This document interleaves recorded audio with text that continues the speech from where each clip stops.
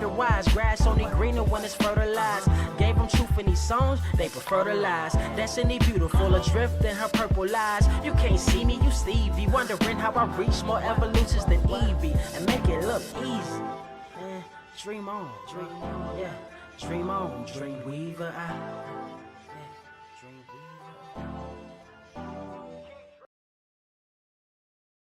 What is up, Earth's mightiest subscribers? It is your boy Ernie the Blerd Without Fear. Got the homie Carter presents. Welcome to episode 363 of the Blerd Cave, the #1 comic book stream on this or any other Earth in the multiverse. Almost cursed. F what you heard. And also, you know, you can find us on platforms. Other than YouTube, you can find us on Spotify, Google, Apple, all of them, right there. Anyway, yeah. I hope everyone's doing well. Is everyone good? I'm good.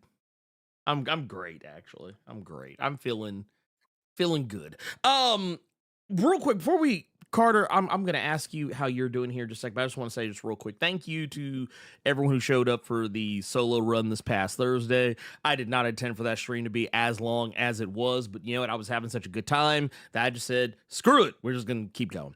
I was very happy with that. We got a lot accomplished. And we will be doing more streams like it. And as a matter of fact, I've decided to hold myself accountable with some of my upcoming things that I'm working on. I'm probably gonna live stream the creation of some of those things. I don't know how much I'll be able to do, but yeah, you know what? Why not? Yeah. What else we're gonna do? Yeah. What else we're gonna do? But yes, I do agree with Dr. Rav Dupree. Get them likes up. Please and thank you. Carter, how you doing?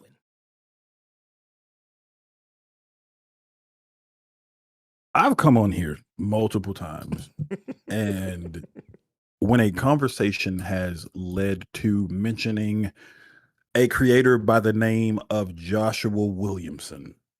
Oh, I've gone on record several times and said that there's a lot of diminishing returns. I think the only good thing that was just solidly just a good book that Joshua Williamson has done was, I think, the book that got him known to the majority of people from Image, Birthright. Mm-hmm. That was the first thing I'd ever read from him. It's a fantastic book. And everything I've read since then, it ain't reaching them points. Now, I like this Flash. Well, okay. It kind of went off the rails the longer it went, but it was good. I think it started off strong. Yeah. So for the past, I want to say month or two, I've been going back and forth with Ernie and other friends who know both these properties and trying to get different opinions and things like that. But you all know about the Energon universe. We know about Void Rivals. We know about Transformers. We know about Mask. We know about ROM now. The Space Knight. But the one thing that just was not getting my attention in any capacity was the G.I. Joe side of things. Duke, Cobra Commander, when I saw that Joshua Williamson was doing the first two stories of, like I said, Duke and Cobra Commander, I don't want to read Joshua Williamson writing about Channing Tatum and Joseph Gordon-Levitt. I don't. How many of y'all remember that movie? But Ernie was constantly telling me, no, this one was straight. This one, oh no, that heat. You need to go and read that. Anyway, I was constantly giving reasons as to why I didn't want to read anything Joe related. They released the hardcovers. What are they called? G.I. Joe Book 1, G.I. Joe Book 2.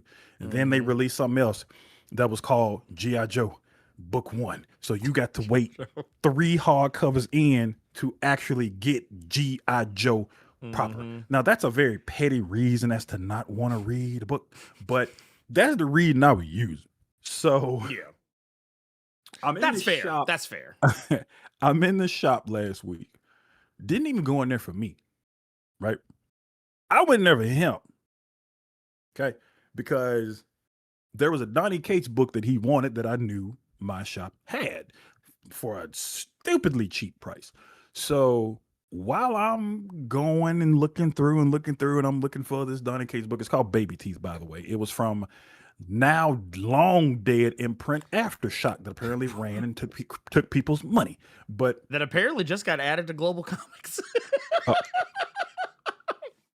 We'll just yeah. Anyway, so carry on, sir. Carry on. I'm looking for books. I'm looking for the book. Can't find the book. I said, well, shit. I know there's another book that Ernie wanted. It was a Valiant book from Vita Ayala by the name of Livewire.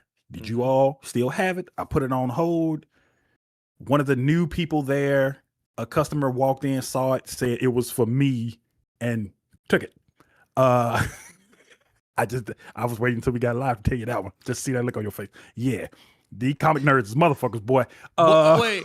I can't let you just slide by on that one.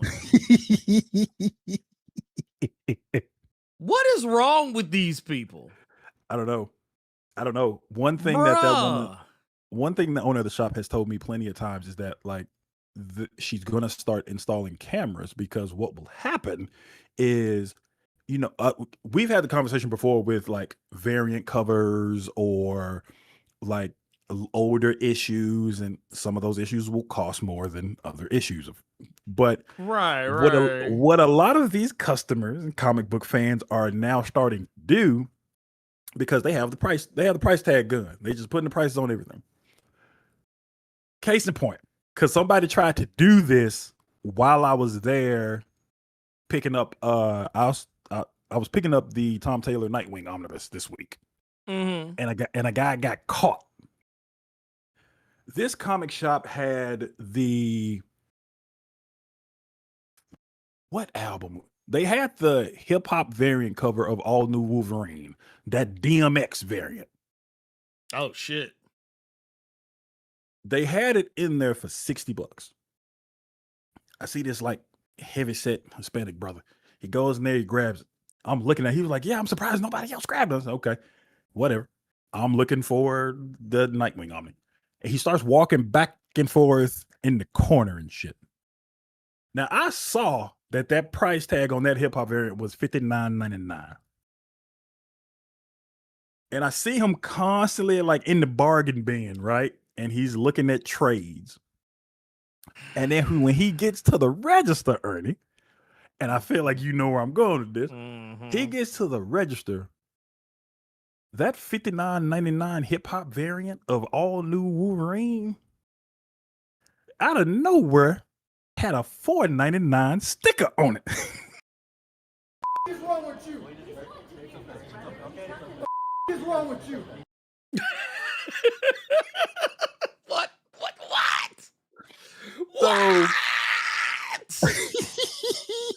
So oh no, soon as that motherfucker would have got to the cash register.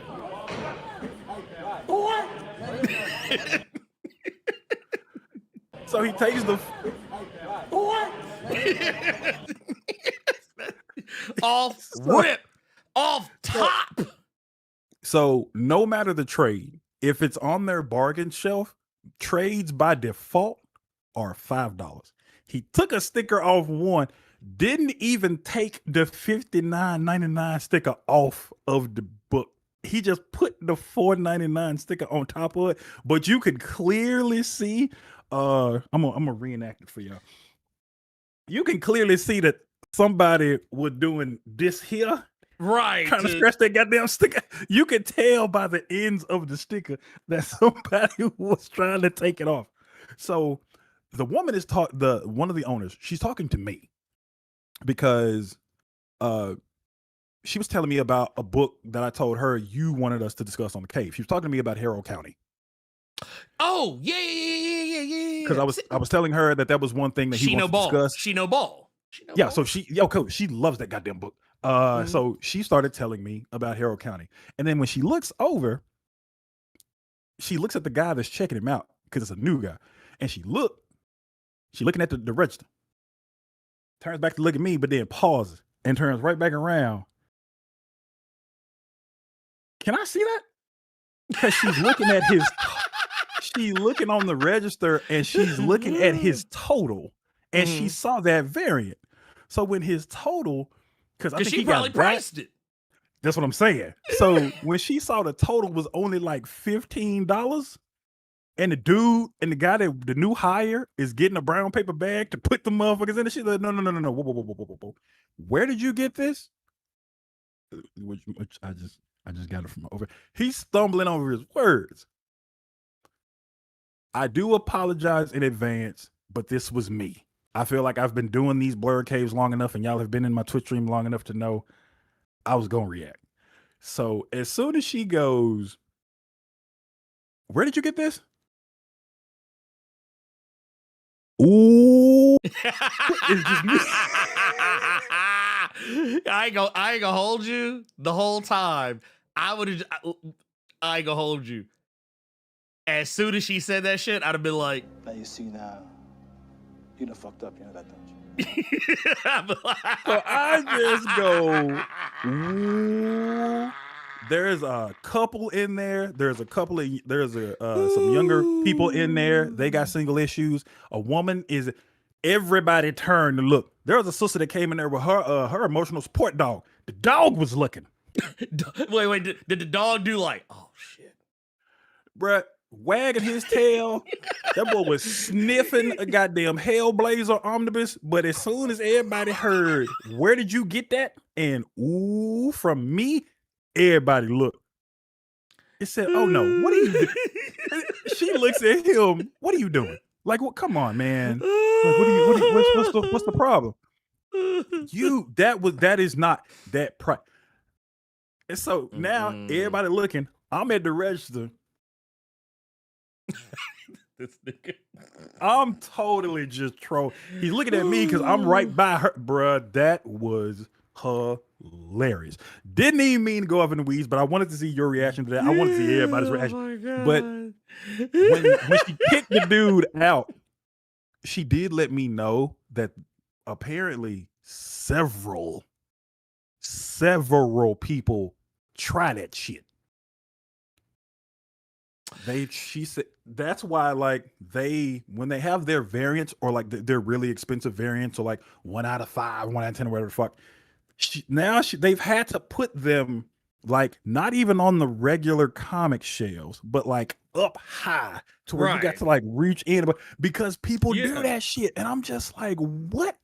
Yeah, that's diabolical. She's like, while she is going off on him, the new dude, he pulls his phone out and is like, I'm thinking he was trying to look up a price. He took a picture of the dude. He pulled the Simpsons. Simpsons. Kicked him out. He pulled the they Simpsons. kicked him out. He's like, this photo, this stays. Yeah. You leave. So yeah, dude. So he gets kicked out. He has to. He didn't say anything to me, but I'm being such an asshole because so she kicks him out. Shout out to my audio files because y'all can't see what I'm doing, but he has to walk between me and a lady with her emotional support dog. So when he waddles his ass through us, you just see me. And he just walks the fuck out. He just bashes the door open, just walks the fuck out. So yeah, that was a thing. Now, to get us back on point, I don't like Joshua Weir. Yeah, okay. Yeah.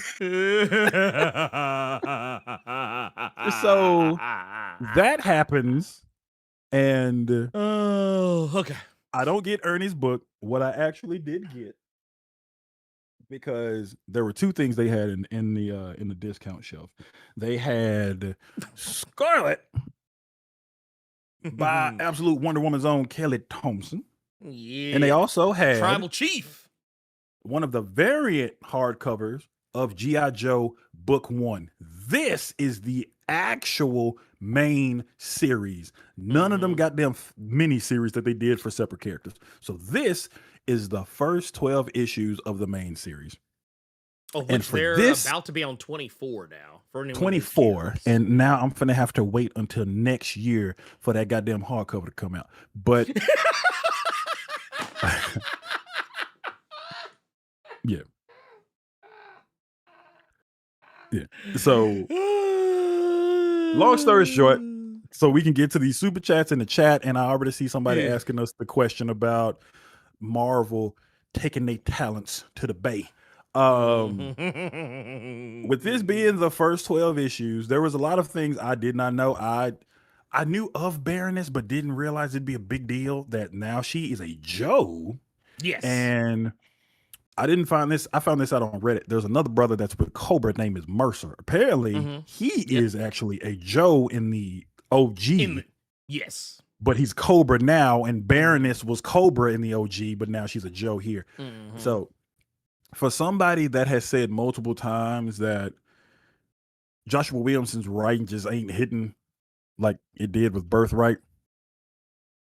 this first 12 issues was a good one. This was a good one. Getting introduced to the team.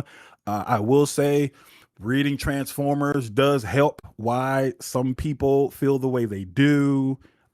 Seeing certain characters and things like that. There are some things that I don't think, God damn, Gearless Mo. Oh, Jesus Christ. I just saw it. I was like, God damn. Wait. Hold I can't. Damn. I don't know where Jesus. you found that rat. Gearless Mo sending 20 gift Jesus. memberships. That is much appreciated, brother. You already know what time it is. That was from Robot Chicken, by the way. Okay, got you. The Voltron, the Voltron dance off episode. Okay. But yeah, man, G.I. Joe from Joshua Williamson. This was a really good book. I still don't like the way that Skybound does their hardcover formats with stuff to where there's no separation in between the issues, so you don't really have a stopping point. You just reading. You're just going. You are like, literally just going. There is no end of issue. You see a cover to the next issue or a blank page. No, it just keeps going from issue to issue. So yeah, if you're trying to only read to a certain point, like you trying to like pace yourself, you're not going to be able to, because you kind of have to just be able to know what is what.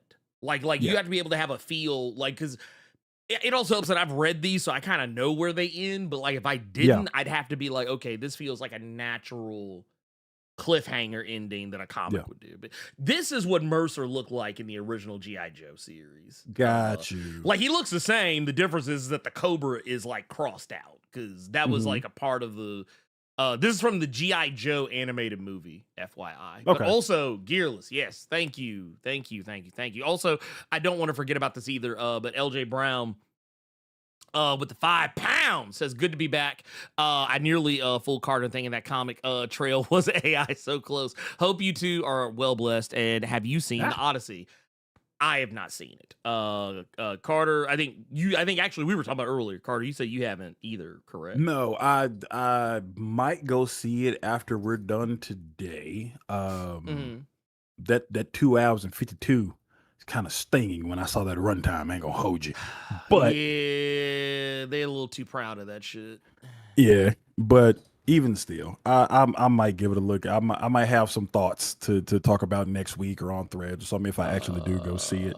But yeah, man, that G.I. Joe from Joshua Williamson, I enjoy it. I'm not gonna recommend it just yet. I'm I'm kind of hesitant to because my recommendation streak is undefeated. I ain't had an L yet, so I don't recommend it just yet. I'm give me till next year when that next hardcover come out. When I get to next 12.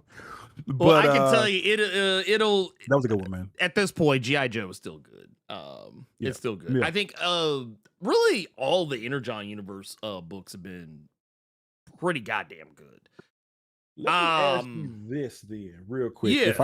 If I can keep it on Joe, because there are a lot of you all that are more GI Joe than I am. I was always more Transformers, Beast Wars kind of guy. Mm-hmm. One of the main things I liked with those 12 issues was the back and forth between Destro and Cobra Commander. That was the one thing I was really enjoying from issue to issue, because it seems like those two are ready to kill each other at a moment's notice. So one thing I was going to ask you, because I've seen the OG cartoon, but it was so far ago in bits and pieces. Wasn't Destro more so the like loyal right hand of Cobra or Cobra Commander? No, Was he? no. Or was I it always mean- on some like Starscream shit? Except I'm letting Megatron know I'm gonna do it when it hit face. That's how Destro. Yeah, I mean, it was one of those things like Destro never missed an opportunity to cook Cobra Commander shit. Like, I mean, yeah, he would do what Cobra Commander said, because I mean, Cobra Commander was the boss, but Yeah. like it was one of those situations where you could tell in the original animated series, Cobra Commander, while he was the arch villain, while he was the big bad, he did not have the respect of everyone who worked for him.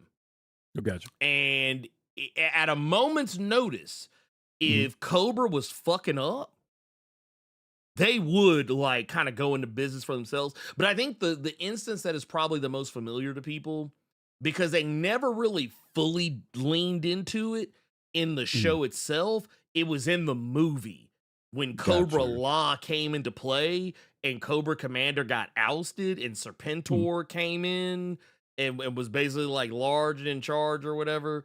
I don't even know what that is. So, Serpentor or yeah, that. Okay, so did you ever see No. Well, no. I'm just saying, like, I'm sure you've at least seen him. You probably just don't realize who he was. Is probably what is more likely. But no, Serpentor was the guy who had the here. This is actually probably here. This dude. No. Okay. Well, Okay. Let me show you and everybody else my ignorance. Let me show you and everybody else my ignorance for G.I. Joe. You know how prior to me getting that hardcover, you were trying to explain to me Void Rivals and Cobra Law. Mhm. I was under the impression, you know how Hydra is the group and they scream Hail Hydra. Mhm. I thought Cobra Law was the chant that the Cobras hollered. It is actually. Oh. Because that was the thing. One day, you know what? This will be fun. I thought you were telling me that Cobra Law was a separate group. Well, no. It is that too. So Cobra Law is the actual original group. Okay. Cobra was Cobra Commander's spinoff of that group. Now, also, when Serpentor would do his battle cry, he would be like, Cobra, la la la la la la la la la la. And that was part of the whole thing. But like, you know them snakes you see on his shoulders? Yeah. He would take a snake off the shoulder and he would straighten it out because they actually are moving. He would take the snake, straighten it out, and turn it into like almost like a snake spear and throw it at folks. And he had like a little hover bike thing he would ride on or whatever. But basically, when he hit the scene, everybody ditched Cobra Commander. We're like, yeah, we work for this dude now. Hey, you know how much of a nut you are to just be running around here throwing snakes at people? Right? Motherfucker was like, well, no, the thing is that I don't, you know what? I tell you what, I think I just Okay. found us. Man, Oh, I no. think Oh, I no. just found us. Okay. I think I just found us a thing to do. So you know, here we go. I know where this is going. I know We exactly where this is going. Carter and I have been talking about doing, you know, kind of like some of y'all who have been watching my my X-Men 97 reaction videos. Carter and I have been talking about doing something similar, but just like in general, but we're gonna do it for primarily for patrons and channel members, presumably. But I was like, you know what, let's have something where we like sit down and like watch something together. And you know what? I think G.I. Joe just made the list. I think G.I. Joe the movie just made the list.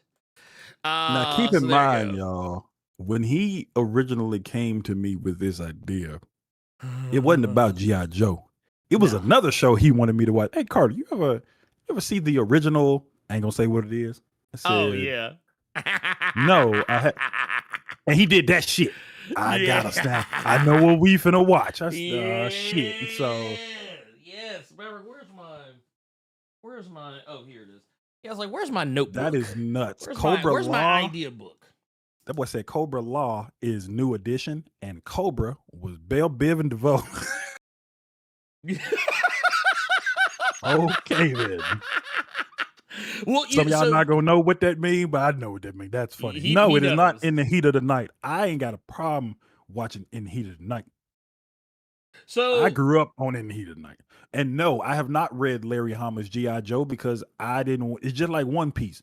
I don't want to go through several 100,000 episodes. Larry Hama's G.I. Joe, I didn't want to have to try to hunt down 300 issues. So that's why I just went. That was another reason why I just said screw it and went the Joshua Williamson route. well, the really the main thing with you know what? I'm gonna take I What's don't that? know. Your mileage with this might vary because I really like this show. Mhm. I've not made it a secret that I'm a huge fan of G.I. Joe Sigma 6. That was a version of G.I. Joe that was on Fox. During like the Fox Kids, you know, kind of Big Bang or whatever. Yeah. But it was like a back when they would have shows like Shaman King and or like Ultimate Muscle, shit like that. It was in that crop of shows, but it was it was done by an actual like anime studio. Okay. But it was for us.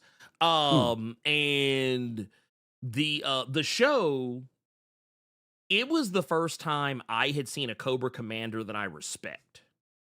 And is kind of why I really like the Cobra Commander that is in Joshua Williamson's G.I. Joe. Okay. Because the Cobra Commander that was on that show, he was not like a sniveling like, cause that was the thing about Cobra Commander. For as cool as that motherfucker looked, he was a coward. He was a coward. He was not something like Cobra Commander was like the coolest looking villain that I never respected. Like I felt the same way about Cobra Commander. Yes, you did, because you used to watch him on Third Rock from the Sun like everybody else did. You respected Joseph Gordon-Levitt. Not that version. not that version. But no, but on G.I. Joe Sigma 6, Cobra Commander was not like, he wasn't a pushover. He wasn't a coward. Like Cobra Commander, like he had hands.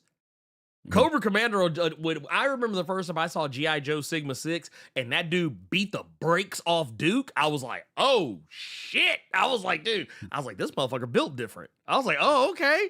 I was like, all right, let's go. Let's fucking go. But no, and it was funny too, because they did like this whole thing where, you know, like Cobra Commander, he usually has like the helmet with like the metal faceplate, or he has like the hood. Like the little, like he just basically got the little bandana he just draped over his face or whatever. Yeah. They said, "No, we doing both of them." Hmm. They said, Get your Dr. Doom on. Okay. yeah, because like this is what he looked like in the on GI Joe Sigma 6. That motherfucker had Okay, the I do helmet remember with this. the I mask. do remember this. Okay, I do Yeah. remember this. Yeah, Here's the this one- problem, y'all. I Mhm. remember this now just off this shot. The Mhm. reason I can't remember a lot of it is because the Fox kids that he talking about, I don't know if the time schedule was like this for everybody else. But for me, your boy had to be up at like 5 a.m., like 4:30. Yeah. Just to start Fox Kids, just to catch Shaman King real quick, so I can see what Amidamaru is, who he finna put to sleep. So by the time like Shaman King and Checkmate done whooped Ultimate Muscle, and he ain't got no rice, and they've done all the fart jokes for the episode, dog, it's still like 6:15. I'm going back to sleep. So the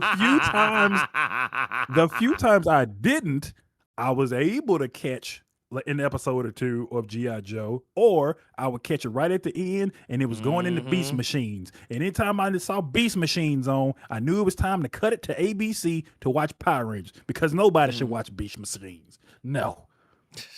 Well, so that Cobra Commander was serious. Destro was a little hesitant to try that version of Cobra Commander. Well, no, because that was the thing. Everybody disrespected Cobra Commander in the original series. In this series, no, Cobra Commander was like Cobra was for real. Like that motherfucker, that motherfucker was for real. You didn't. That was the head of the table. Yeah, that was the real head. That was the tribal chief. See, okay, Osiris 530 was Ultraman and Godzilla. Ultraman Ultraman did not last long on Fox. They sent that shit to UPN real quick. And I didn't have Ultraman and Godzilla. It was Shaman King, Ultimate Muscle. It was I'm finna really set y'all back. The Highlander cartoon and Digimon. Do you remember that Highlander cartoon? That Highlander cartoon was diabolical. I ain't gonna hold you that guy. Because how you gonna make a kid's cartoon off a movie series where motherfuckers is cutting the heads off, but you ain't gonna do the thing? It was, you know what they did? You know what? It was that same era because Conan was in that era too. Do you remember the old Conan cartoon? I do. Dude, I ain't gonna lie. That show was kind of cold, but I was like, dude, they got this motherfucker holding the sword up to folk and sending them to the Shadow Realm. I was like, nigga, stop. Here, real quick, I wanna hit this. We got one here from Benjamin Lally. Said, G.I. Joe Extreme was the first cartoon where I was like, wait, y'all motherfuckers just trying to get me to buy some toys. You know what? Cool. Real quick, there's something that was said there. One of the things I'd never told you I thought was cool about that G.I. Joe run. Now, I do know that with the G.I. Joe shows, the reason everybody was shooting lasers at each other is because it was a kid's show. You can't show bullets. You can't show bullets flying. That is not the case with that Joshua Williams run. Niggas are getting, boy. They get laid. But that what first I thought issue, motherfuckers getting laid down. They're like, yeah. Hey, the pistols are loud and proud in Joshua Williams and G.I. Joe. What I thought was cool is that in this Joshua Williams and G.I. Joe, they still incorporated the lasers. And they don't miss. And if you get tagged by these lasers, you know what it reminded me of when old boy caught it? It reminded me of James Tynion's Detective Comics when Tim Drake got training dayed by all them goddamn drones. Well, because it's one of those where everybody kind of caught it on some level, but man, there was one Joe that caught it worse than all the others. Yeah, but yeah, I think that was really cool. So for the kids cartoon, it was because we can't show that kind of violence. That's where they're using lasers. For this comic, no, we're using lasers because it's the Energon universe, and those lasers are charged by Energon. So when you get tagged by these lasers, you will not be on next Saturday's episode. No. Matter of fact, the people, even the folks who survived, even the folks who got here, I'm not going to show who gets clapped because I do think that is important to kind of you kind of to keep to yourself. But here, I'll show you this one. I'll show you this one. So CoverGirl is a main Joe at the start of the, so okay, let me give you the rundown. Let me give you the rundown. All right. So when you start this book, these are gonna be your main Joes. You're gonna have Duke, CoverGirl, Baroness, Rock and Roll, Stalker, and Clutch. Those are gonna be your main Joes to start. Now, other Joes are gonna come in, like Beachhead comes in a little later, and we do see characters like Scarlet, because of the Scarlet series. I know you're gonna give me shit. I totally thought that was Snake Eyes at first, because that boy was thorough. I did not know what the fuck a Beachhead was. I was expecting something more goofy looking by somebody called Beachhead. That man is not playing. Oh no, in that book. So Beachhead was basically the guy who trained. He was that dude was basically the administrator. That motherfucker, he was who you had to go through. Like if you couldn't hack it, like if you couldn't hack it with Beachhead, like it was a wrap for your career as a Joe. Gotcha. You were out. You were just gone. But no. So when the laser guns come to play, this is the thing that's interesting about those guns, and something that I thought was very interesting about how they did this. So basically, these are the guns that Cobra Commander has brought into play. Now, the interesting thing about these guns, and the reason why the Joes are behind the 8-ball when they initially start going up against Cobra, is because the Joes don't have these guns. The Joes have not been experimenting with Energon the way that Cobra has. This is actually why that first Cobra Commander book is kind of slick important, because that's where you learn like why Cobra has the Energon and the Joes don't. But the thing that's funny about this book is they also made sure that if they take them guns in the battle, like, was it when you? I'm sure all y'all probably heard this as a kid. I know where you're going. Totally reminded me of Fifth Element. That shit totally reminded me of Fifth Element. I cracked up. So you ever like picked up something like a stick or like a rock or a knife or something, and then someone like, man, don't get that taken away from you and used on you. Cobra thought about that too, because you can't just pick up their guns and use them. The motherfuckers will blow up. So that's why the Joes are behind the 8-ball. But let me show you just one of the people who got hit with them lasers. So here's CoverGirl. Yeah. Said CoverGirl got burns from whatever those lasers were. Our people have never seen anything like it. Dude, she got lit up. She got lit up. Let me put it in perspective for you all who still need a little bit of help or think that we not. I don't know. The Joes are playing Rainbow Six Siege. Yeah. Cobra are playing fucking Destiny. Yeah, they really with are. them guns, dog. Look, they got them rare drops. Dog. Look, that is nuts. They got the rare drops. And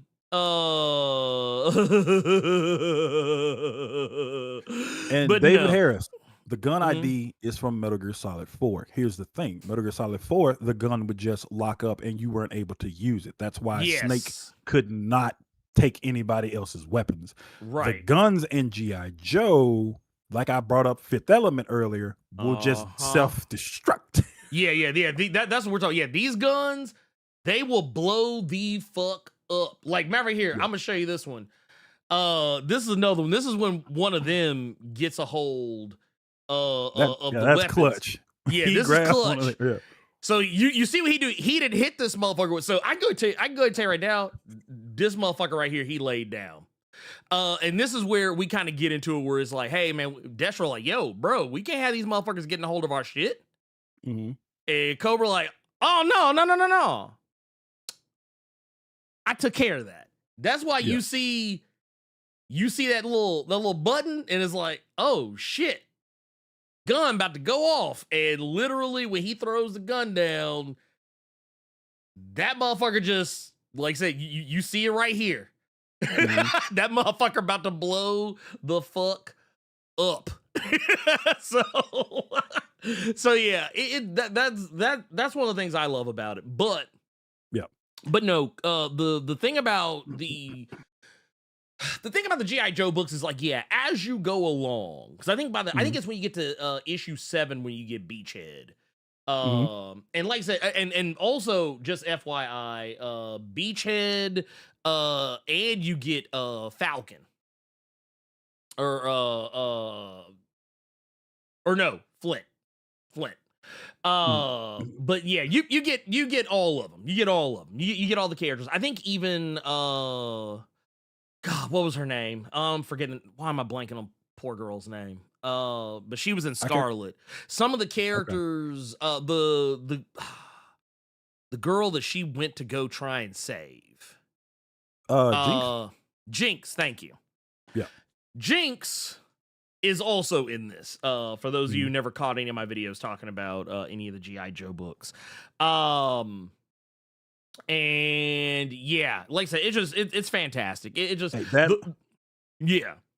That little side story with them where they go and rescue that sister. I need more stories with her because that sister was cold. Oh no, she was a bad motherfucker.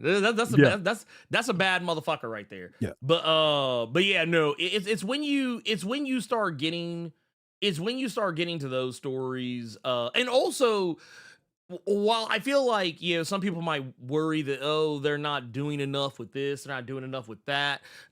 This is also another thing that comes up in one of the issues as well, when the Transformers start because basically the G.I. Joes were already kind of interacting with the Transformers early on, just in a limited capacity. But eventually you do reach a point where the Transformers pull up, and that's how you get Hound and Clutch hanging out to the start, which is kind of an interesting pairing, because Clutch is, as his name would imply, he's the vehicle guy. So the fact that he ran, and the fact that he is the first one to have a meaningful interaction with the Transformers that is not antagonistic right away is pretty interesting.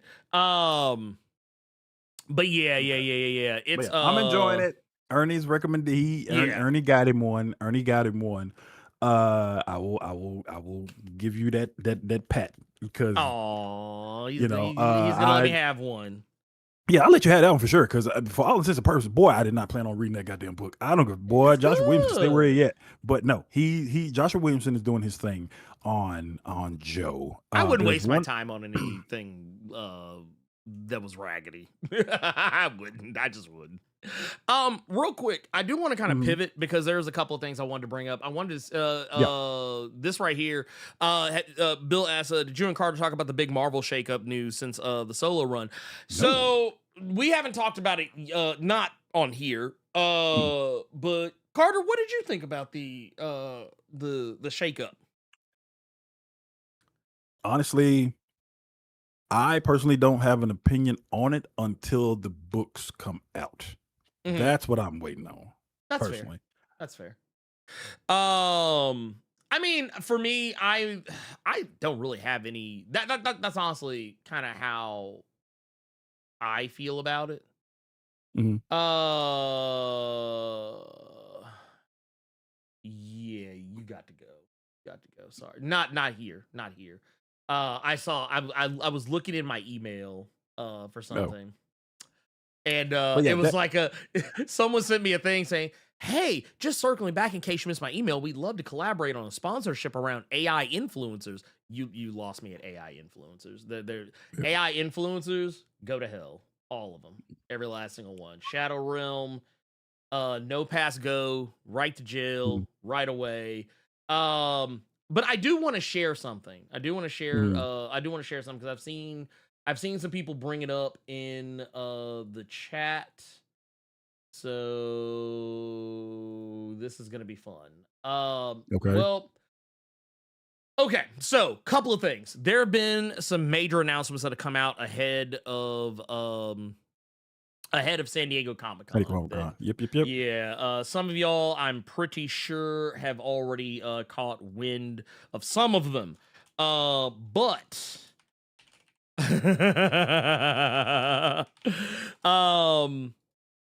First and foremost, the one I Mhm. kind of want to get out of the way is the one Yeah. that I know the least about, but I am the most aware of. Okay. Carter, were you aware of there's a major crossover that's happening? One I don't think I ever would have seen. You I guess I never would have seen these two franchises cross over with one another. Okay. And I think this is going to be interesting. So, Carter, were you aware of the Vampirella versus Darkstalkers crossover that is happening at Dynamite? Yes, I was made aware of it maybe 2 minutes ago because someone asked us how we felt about it in the chat. Because they are under the impression that I think they said Morrigan would solo Yes. Vampirella. Yeah. So, it's okay. So, here's the thing, and this is something I need everybody to understand. And I think this is why some companies have gotten away from the so-and-so versus so-and-so as far as titling goes. And Mhm. maybe Dynamite might want to do the same, but maybe it's to their benefit if they do. It initially implies antagonism.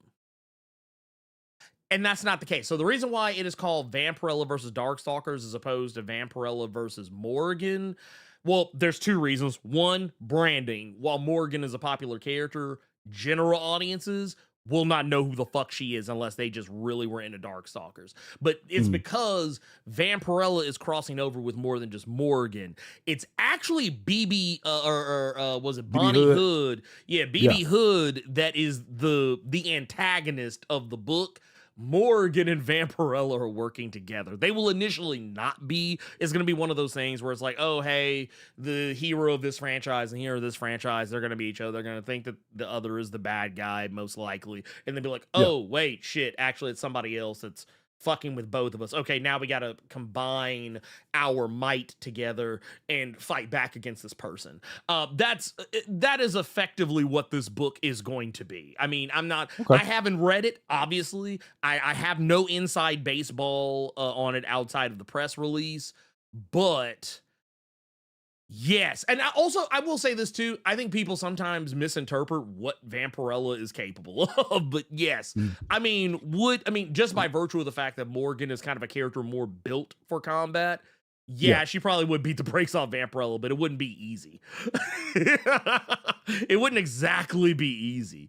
But yeah, it looks like it's going to be pretty cool. It looks like it's going to have a lot more, like, and also, you look at the covers, there's going to be a lot more than just the two characters there. It's going to be a bunch of different characters are going to be popping up. Of course, and like, who, honestly, Benjamin Loudly, there's Felicia for you right there. Yeah, right there. Boom. Matter of fact, There's she was back there too.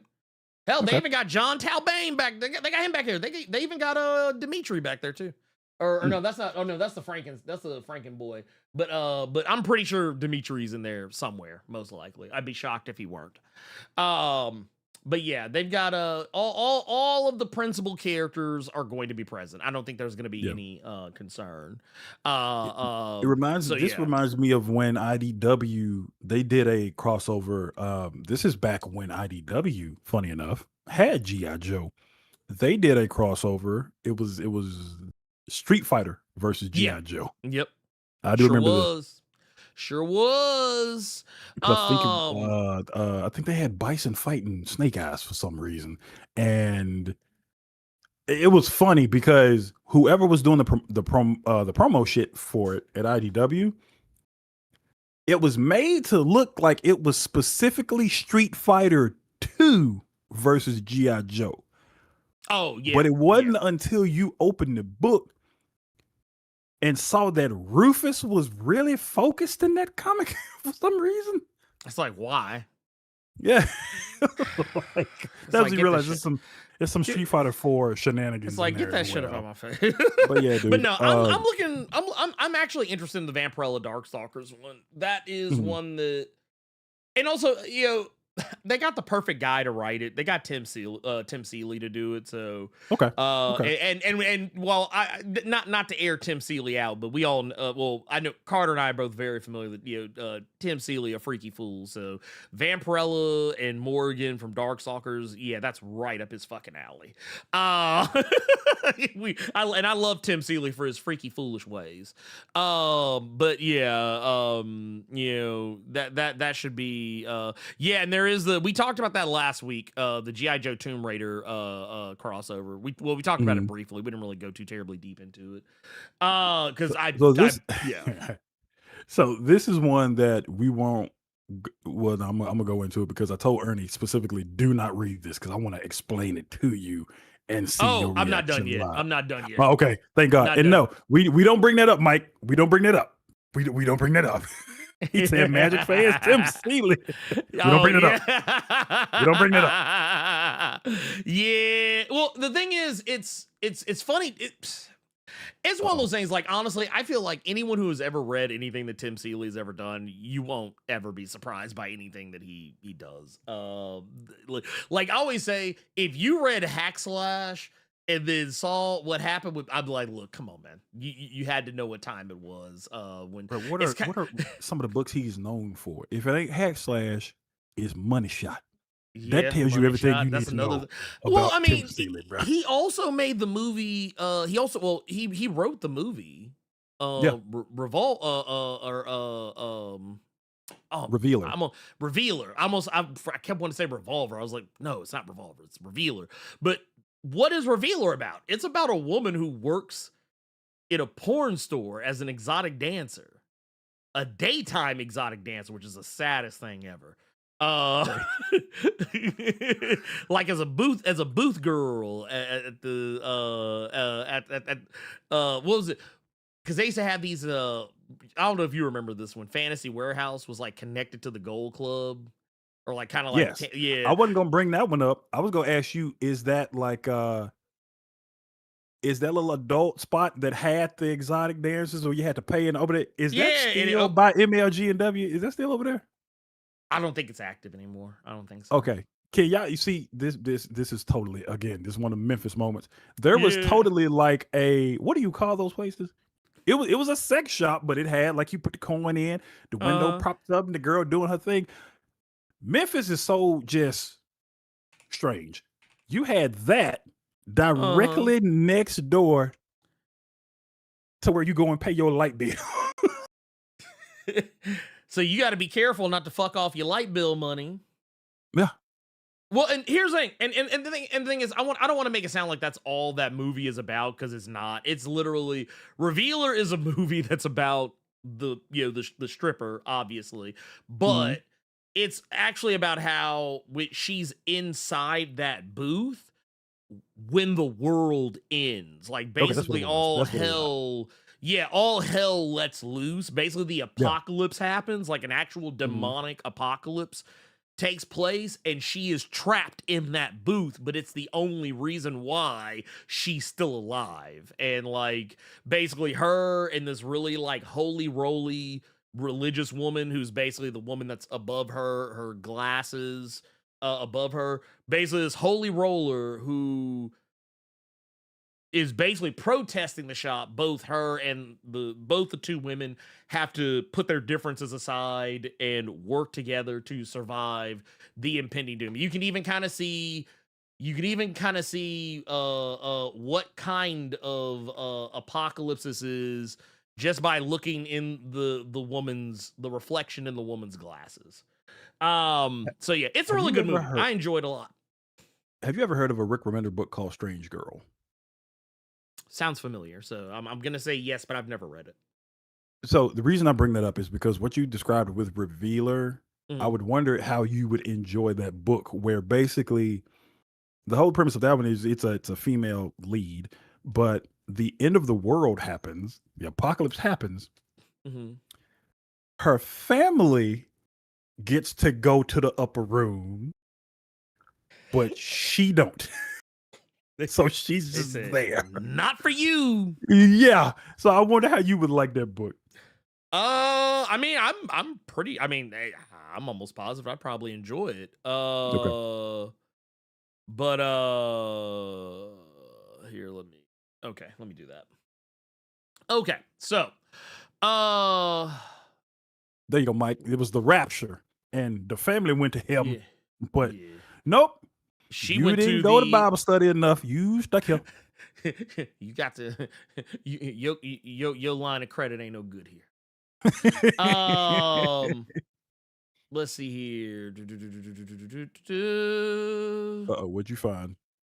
Oh, nothing. No, I was looking at. I was pulling up a window that I thought I had open already.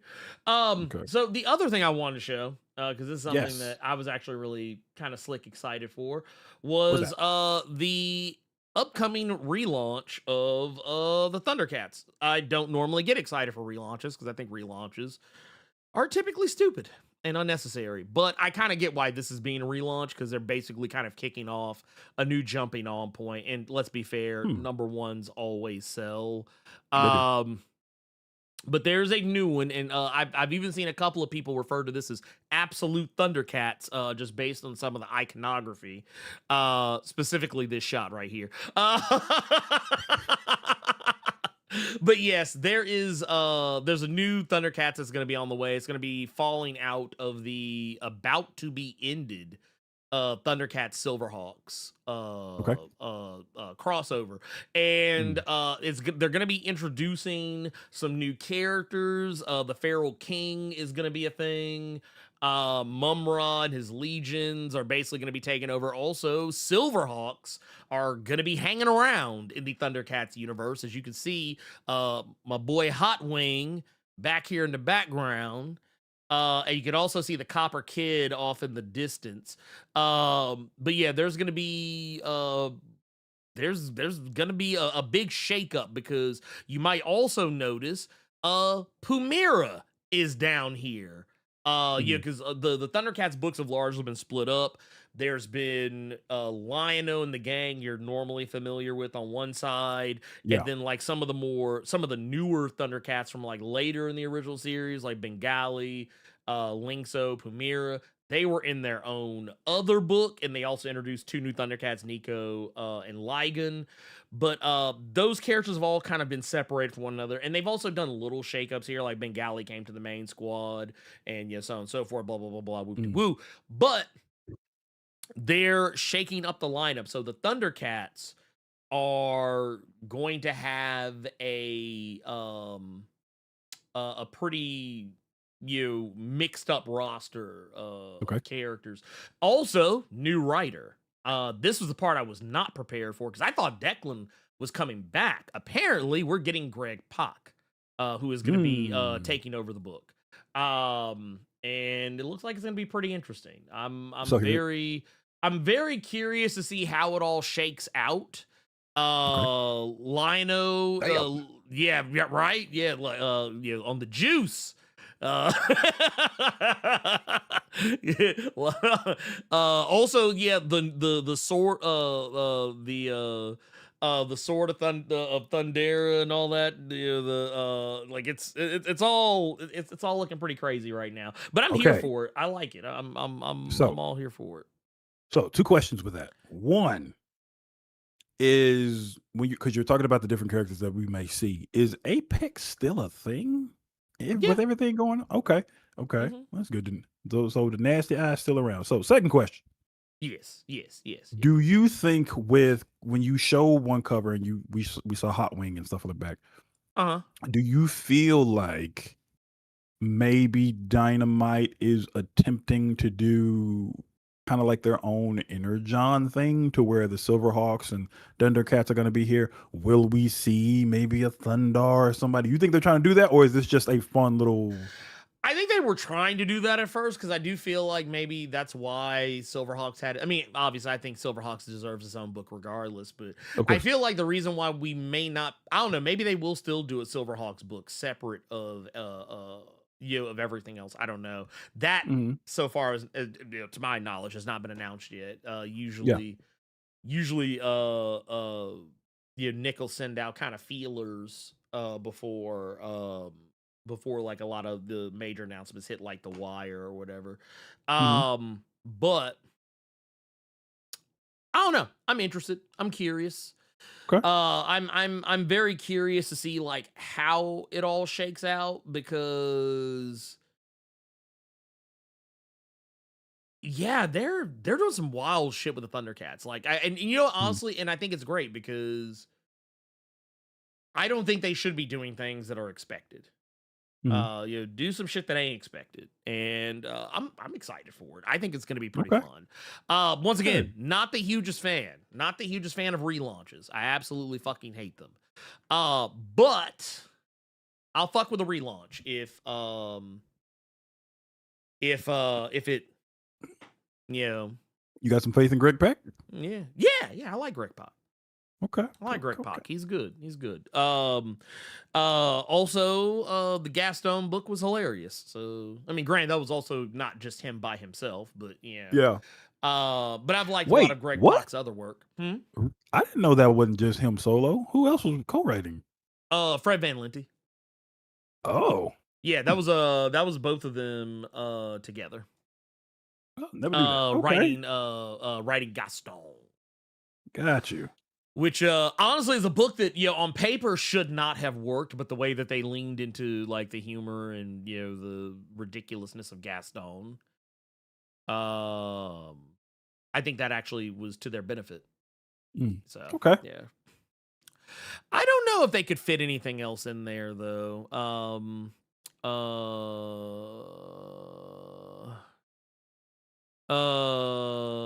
Let's see here. You said as long as they stay away from Moo Mesa for the time being. Ooh. Well, they can't do anything with Moo Mesa because that's already being done. Some I you know, it's kind of funny. Yeah, because I was actually oh my god, where did it go?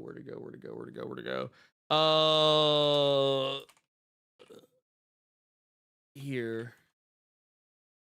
There was a Wild West Cowboys of Moo Mesa comic that literally came out not that long ago. Came out at I think this was because it's a part of the Nacelle, the Nacelle verse, which is by proxy Oni Press. Gotcha. But for those that don't know, yes, there was a Wild West Cowboys of Moo Mesa comic. So yeah, and it came out last year. So they can't, that's Oni Press. Dynamite is its own, because basically what they're doing is, and I don't know how many people actually know this, but Silverhawks, the reason why Silverhawks and Thundercats is an easy mashup is because they were made by the same people. They were both part of Rankin Bass. That's why the Thundercats, the Silverhawks, and the Tiger Sharks seemed really similar. It's because they were made by the same fucking people. Gotcha. The same production studio, all of that. Their license is under one. I mean, technically their licenses are separate, but they could be put under one big umbrella and no one's really going to think too much of it. So yeah, you don't have to worry about Moo Mesa showing up. It's more likely that the Wild West Cowboys of Moo Mesa will cross over with the Biker Mice from Mars. Yeah. And I'm not saying that to be flippant. It's because that's part of the Nacelle universe too. So because Oni is already making comics about the Biker Mice. So yeah, there you go. Okay. So let's see. Well, okay. So the thing about Moo Mesa is that Moo Mesa. So okay, here's the thing about Moo Mesa. Not all of the characters. Technically, yeah, most of them. Most of the characters were cows, but not all of them. The main characters were cows. And I guess what was supposed to be like the love interest, she was a cow. Some of the townsfolk were cows, but a lot of the villains A lot of the villains were not cows. They were like other animals. But yeah, that is Okay. a fair assessment, I guess. That yes, it's a lot of cow stuff. But I mean, there were cows, there were cowboys. I think you can kind of figure it out from there. It was a fucking Saturday morning kids cartoon in the 80s. I don't think anyone should be surprised by how silly or goofy it was. Actually, no, I take that back. I think it might have been the 90s. Like the early Yeah. 90s. You nobody can say anything about that because we were all watching Street Sharks wreak Yeah. havoc. Yeah, did I mean, you- I was about to say Street Sharks, SWAT Cats, Mighty Ducks. Biker Mice Don't from forget Mars, Mighty Mighty Ducks. Ducks. You know, like, look, if you took a random animal Yeah. and gave them personhood and made them like fight evil, it was like, honestly, that was considered just another Saturday morning. Like, I'm not listen, and also I don't know who needs to hear this, but go back and watch some of that shit today.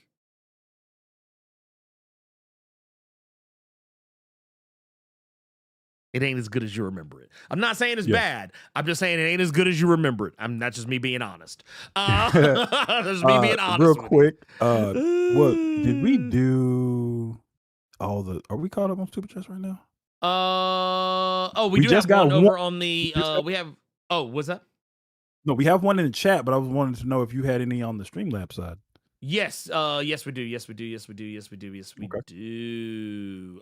Matter of fact, here, let me excuse me. Let me pull that up for us. So first and foremost, okay, no, we did get that one. Wait, no, we did not get this one though. We got highlight 915. This actually was kind of further back. This is Okay. the 42 months of the Blerd Club Gold Mine. Says, what up, Cave? Any predictions on our boy Colt Perion? Which we're gonna talk about here in just a moment. Are the Avengers gonna have to shut him down? Man. We'll We'll get to it. yeah, we're actually going to be talking about that here in just a moment. And then let's see here. We've also got Fabric 86 with a 5 says, Carter, I remember you having some vinyl records. I'm 20 years late to this group, but Fort Minor, The Rising Tide 2005 will be my first vinyl record. Oh man, I thought about Fort Nice. Minor I am still forever. I'm still on my vinyl kick. I haven't gone recently just because of work and books, and something else has had my attention that I've had multiple people helping me with. This is a surprise to no one who comes and watches my Twitch streams when I do them. I'm very inconsistent, but normally on Sundays on Twitch, I'll just be playing something random, but that stream is more so about you all and your music tastes, because on Sundays I'll normally have you all give me new music recommendations of shit that I probably have never heard or that I didn't think to hear, because Ernie knows this and you all know this. I'm adding songs to my iPod and making playlists of all of you people with your recommendations. I have 160 gigs on that thing, so I can afford to put some shit on there that is completely out of my wheelhouse. But Fort Minor will absolutely go on the list. I'll have to check that one out myself. I do need some more vinyls though. I'm probably gonna make a trip next week to the vinyl spot. If I don't do it I ain't gonna do it today. I want to go to the movies. So yes, you have now given me the bug again to wonder what new vinyl I want, even though I have an idea of what I want. Somebody told me about the Bishop Ernie. He told me about Meteora and Hybrid Theory. So I kind of want them vinyls now, and a Lupe Fiasco one I've been looking for a bit. We do have another super chat here from Benjamin Loudly. Dude, they actually have an upcoming Judge Dredd and Biker Mice from Mars crossover coming up. Who owns the license? It is still Nacelle.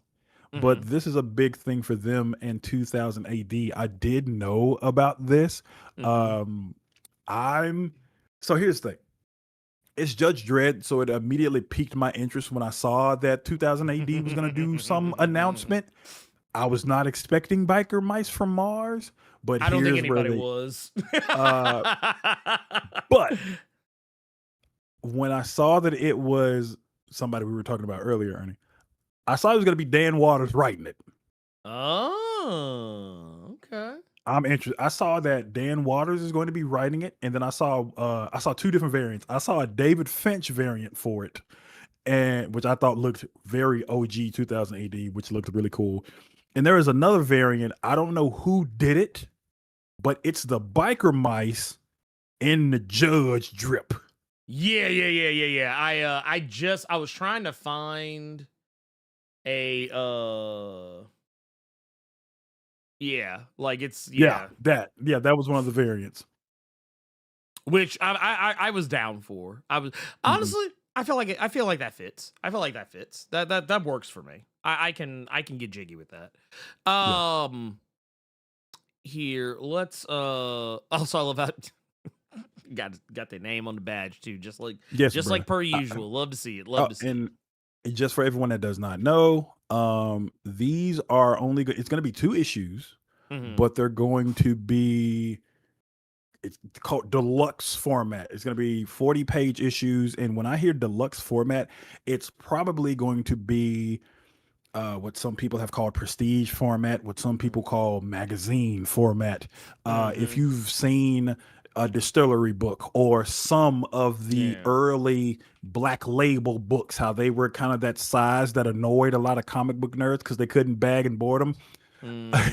Because they had to spend like a hot 20 for the bag and board for those magazine styles. So there you go. No, not Treasury Edition. That's different. No, that's something else. That's different. That's like this Doom. That Doom is Treasury. That's tall. Yeah. Deluxe Prestige are more magazines, more wider, or longer, I should say. But yeah, Dan Waters writing Judge Dredd for 2 issues with I'm here for it. Sons of Anarchy Rats. Yeah, I'm reading that. 2 issues ain't. You can read 2 issues, big dog. You can read 2 issues of Dread, and it's coming out in December. So that was when I was like, "Yep, this is a birthday present to me. I'm buying this." Not the Mice of Anarchy. Let's go ahead and get to let's talk about this chicanery. Okay. That was the Armageddon. Okay. Let's talk about the Armageddon So, stuff.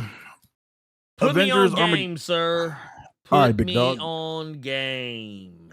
So what that earlier super chat was referring to in regards to quote unquote cult period, second issue of Avengers Armageddon came out this week, where I'm doing it for America. General Thunderbolt Ross is getting his for America. Taking over several different places by force, saying that he's doing it for democracy. If you read the first issue, if you read One World Under Doom, if you read Benjamin Percy and Jeff Shaw's Red Hulk stuff, this was all coming to this. But I told Ernie not to read it when I finished it because I want to see his reaction and everything. So 2 things. Number 1, the art for this issue was fantastic. This was pretty much just hands, the issue. Take a Godzilla movie that was more so focused on Godzilla wreaking havoc with a smidge of whoever these human people are. That was the second issue of Avengers Armageddon. We have Russia preparing themselves for if General Ross and the rest of his Hulk squad wants to come there. They have the Winter Guard ready. They have Florence Pugh's daddy at the call. They got Crimson Dynamo and everybody else ready just in case Ross shows up. But the main thing that I was focused on, the main thing that super chat is talking about, is someone that Ross referred to as my Captain America. And he was speaking about David Colton. We've been reading a lot about Colton in Chip Zdarsky's Captain America run, and that brother was going through it. And one thing that Marvel loves to do with people that are going through it, let's make them OP as hell. So he went from being a Captain America. Oh shit. Before I get up out of here, before y'all move to Burbank, we got to do something about this Ultimate Universe. We got to do something for main continuity. What y'all think? Before y'all send me out to pasture, what if we give one of them Ultimate Universe OP boxes to David Colton? Would that have me keep my job? Oh no, y'all still going to Burbank regardless and getting somebody to replace me. Okay. So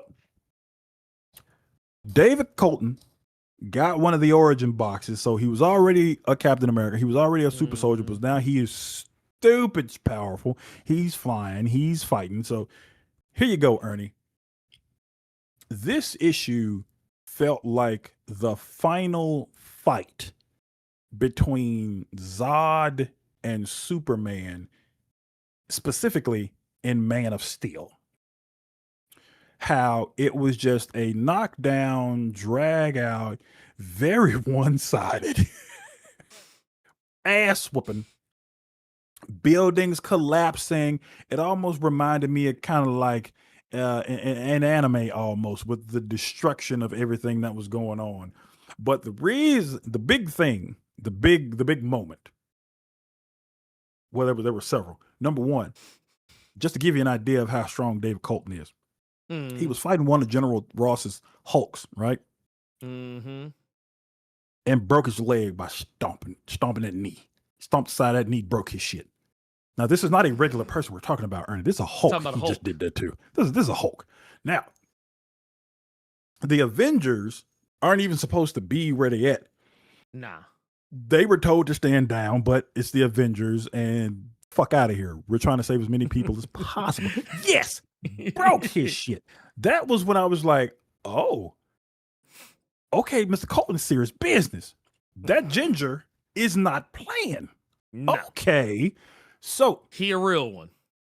We get to the fight. Matter of fact, wait a minute. Okay, go ahead. Because we got to go ahead and put this on him. Yeah, tournament ban. Absolutely, he's absolutely tournament ban. Get him up out of here. Get him up out of here. I'm finna let you know how I know that man will be tournament banned. So they're fighting in a heavily populated area. Tony tells David to get General Ross, get him up out of here. Ernie Carruthers. Mm-hmm. Blerd without fear. FBA Carruthers, and the B stand for Blerd. Some people in some closed spaces like to call him the liberal without fear, and he gets enraged. Oh, God. If only they knew how much I hate liberals. Like, there's nothing liberal about me. David Colton fought the Red Hulk. Mm-hmm. Ernie, I'm going to go because I was trying to make sure I got the correct number. Mm-hmm.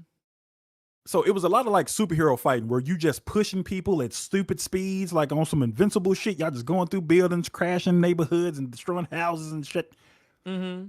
And then, Ernie, David punched Red Hulk. Mm-hmm. He punched him 3 times. And you see there's blood on Colton's hands. Now, for a lot of you comic book people, you all might be ready to complain because you've seen the Red Hulk bleed before because he got the whole thing about the heat and he gets hot. So it's supposed to be like some molten lava. No, this was regular blood for some reason with them 3 points. Those just 3 quick licks right there. Pop, pop, pop. And what we see, Ernie, from these 3 licks, and he has a bloody fist. Mm-hmm. When the shot shows us the Red Hulk, we're not looking at the Red Hulk. That's Thunderbolt Ross. That's regular Ross. So what does that mean, Carter? What you getting to? What I'm getting to is that David Colton hit Red Hulk 3 times and beat the Red Hulk out of Thunderbolt Ross. This ginger beat the Red Hulk out of Thunderbolt Ross. Very. You know what it reminds me of? It reminds me of those times when I'm watching like Kamen Rider Mhm. and somebody hit the rider so hard that the motherfucker fly off screen and they cut to a different shot and that motherfucker do a tumble roll like coming from the camera Mhm. and you see that and you just see that motherfucker in regular street clothes again. Okay, you were going there. I was going the Power Ranger route. They asses get yeeted out the Megazords, and now we just seeing them regular clothes. The Power Ranger shit, the good and gold. That's what this is. Oh yeah, that little like I said, the motherfucker got beat out. They got beat out the little spandex This costumes was and back in street Green clothes again. Ranger beating the Rangers out the Megazord, soloing the entire group is what David Colton just did. Oh yeah, he got to go. This man, look. I don't know. I don't know who needs to hear this. I don't know. Look. This dude, this man, Boy got the fourth lick hot. right? Like look. He got that fourth Tournament lick ban. Get him ready. out of here. You cannot pick him. You cannot pick him. This man, look, this man's tournament ban. I'm sorry. Beat the Red Hulk Caucasian, Ernie. Beat the look. He That beat man the said- red man white. Come on, dog. Wait a minute. Why? That ginger I ain't is gonna an hold you. Avengers level threat.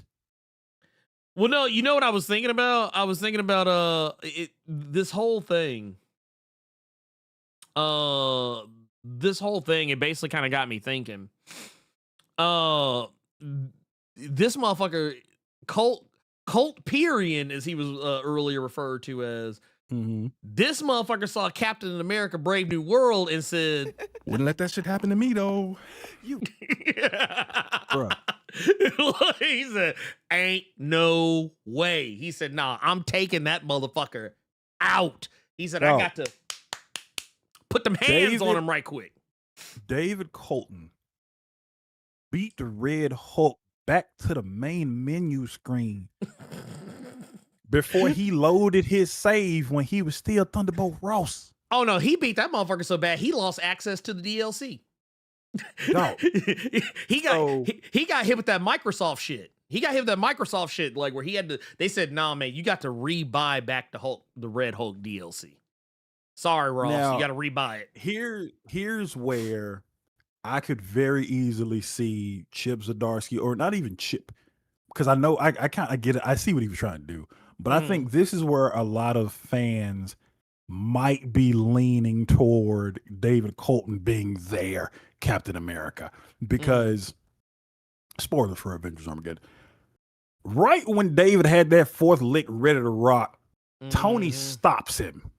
Yeah. We don't do that around here, which basically led to David Colton. For all of my Raising Kanan viewers out there, you know, one of the recent episodes, you know, one of the most recent episodes when Marvin kind of had to tell Kanan about himself. I'm a goddamn gangster. That's something you and your little Pop Warner team don't know shit about, won't never know shit about. Y'all playing this game. I live it, I eat it, I shit it. That's basically what we got between David Colton Also, I and love Tony the Stark. see, and this is how you know. This is how I know Chip Zdarsky watches Botchamania. Because he basically did, like, he's like, you talk too much. You never shut up. I said you talk too much. Homeboy, you never shut up. Like, that's basically what he just did. He just, like honestly, this felt like an episode of Botchamania. This felt like an episode of Botchamania right here. Like, I just feel like I could see Matthew taking this scene and putting it in Botchamania. So basically what I'm getting at is we've seen several forums, Reddit posts, Twitter posts about people that they hate Batman. Well, why do they hate Batman? Because a real superhero a real superhero wouldn't let the Joker run around all the time. Batman just a nut job. He's almost worse than the Joker. That's why I think the Punisher is better than Batman. Because Punisher will put Joker down. So what am I getting at here? David Colton basically tells Tony and the rest of the Avengers that in a war, people are going to die, and those have to be with me. But more people are going to die with what y'all doing because y'all just keep letting these heroes live, just like with Batman. Fuck putting the Joker in jail. He just going to break out and kill a bunch more people. You need to put Joker down. And David basically says, well, Ernie has it right here. God gave you, and he said God, but no, I think that was just Tony's engineering. And with Captain Marvel, it was just space dust. But God gave technically you. Technically, it was her her parents, one of her parents being an alien and clapping cheeks There with you her go. mom, or clapping cheeks with her dad, rather, because it was the mom that was from. Yeah. But yeah, basically, David's whole thing is this is a war. People are going to die. If we don't handle the problem, even more are going to die. We need to stop it here. You all were given all this power and y'all playing. Basically is what he said. Y'all playing. Y'all play too and much. one of my favorite, one of the best lines is when he's leaving, he's just like, y'all playing. Y'all should be ashamed of y'all goddamn selves. And just dips. And just leave. Like, I ain't gonna hold you. This right here is kind of a vibe. You I'm not should gonna hold be ashamed. It's like, you should be ashamed. You know how many people are gonna be like, that's my Captain America. That right there. I mean, Captain Colt Period is watch your mouth. Watch your mouth. That's Mr. Colton. Watch your mouth. I don't see the World Heavyweight Championship on his waist nowhere. That ain't Hyperion. Well, you know what I feel like? I feel like I just noticed something. You bringing it up. Two characters who are very similar in power scope, similar enough. Hyperion and the Sentry all got championship belts. Where is the strap on Mr. David Colton? Because I feel like he needs. I feel like he needs. Well, he's green, so maybe he's trying to rep the 24/7 championship, but you better not disrespect it to his face. I saw what that man did to Ross. No, you know that motherfucker gonna show up with the hardcore title. That motherfucker gonna show up with the hardcore title. Oh, bro, nah. like when the Undertaker had it, and it was 24/7, but nobody was trying to touch the Undertaker. They just like, Oh, absolutely. I absolutely agree with that highlight. The origin box was Money in the Bank. Yes, you're right. No, Lord, look, that motherfucker mercy. came out with the referee in hand and said, and handed it over. Oh yeah, dude. That was Not a the very not the FTW title. Oh wow. The FTW title, only title that means anything in this business. Like, all right, Taz, calm down. But yeah, dude, this was a solid issue in Avengers Armageddon, and this gives me some hope for that Avengers run with the quote unquote ragged ass team, thanks to Blerd. With the middest roster I have ever seen in the That was probably the history funniest shit that I've heard from you. Is just ever. me telling you that Avengers roster. Nigga, that team sounds yeah. raggedy as hell. It do though. Dude, you can't convince me otherwise. That team is not good. It's not that the characters are bad. It's just like it's a fucking ragtag ass band of characters. I was like, bruh. What do y'all think about? He said, "What do y'all think about Steve and Hale, Blerd and Carter?" Now, see, if you read Avengers Armageddon first with Colton, where he's basically saying y'all are playing, you should be ashamed of yourselves.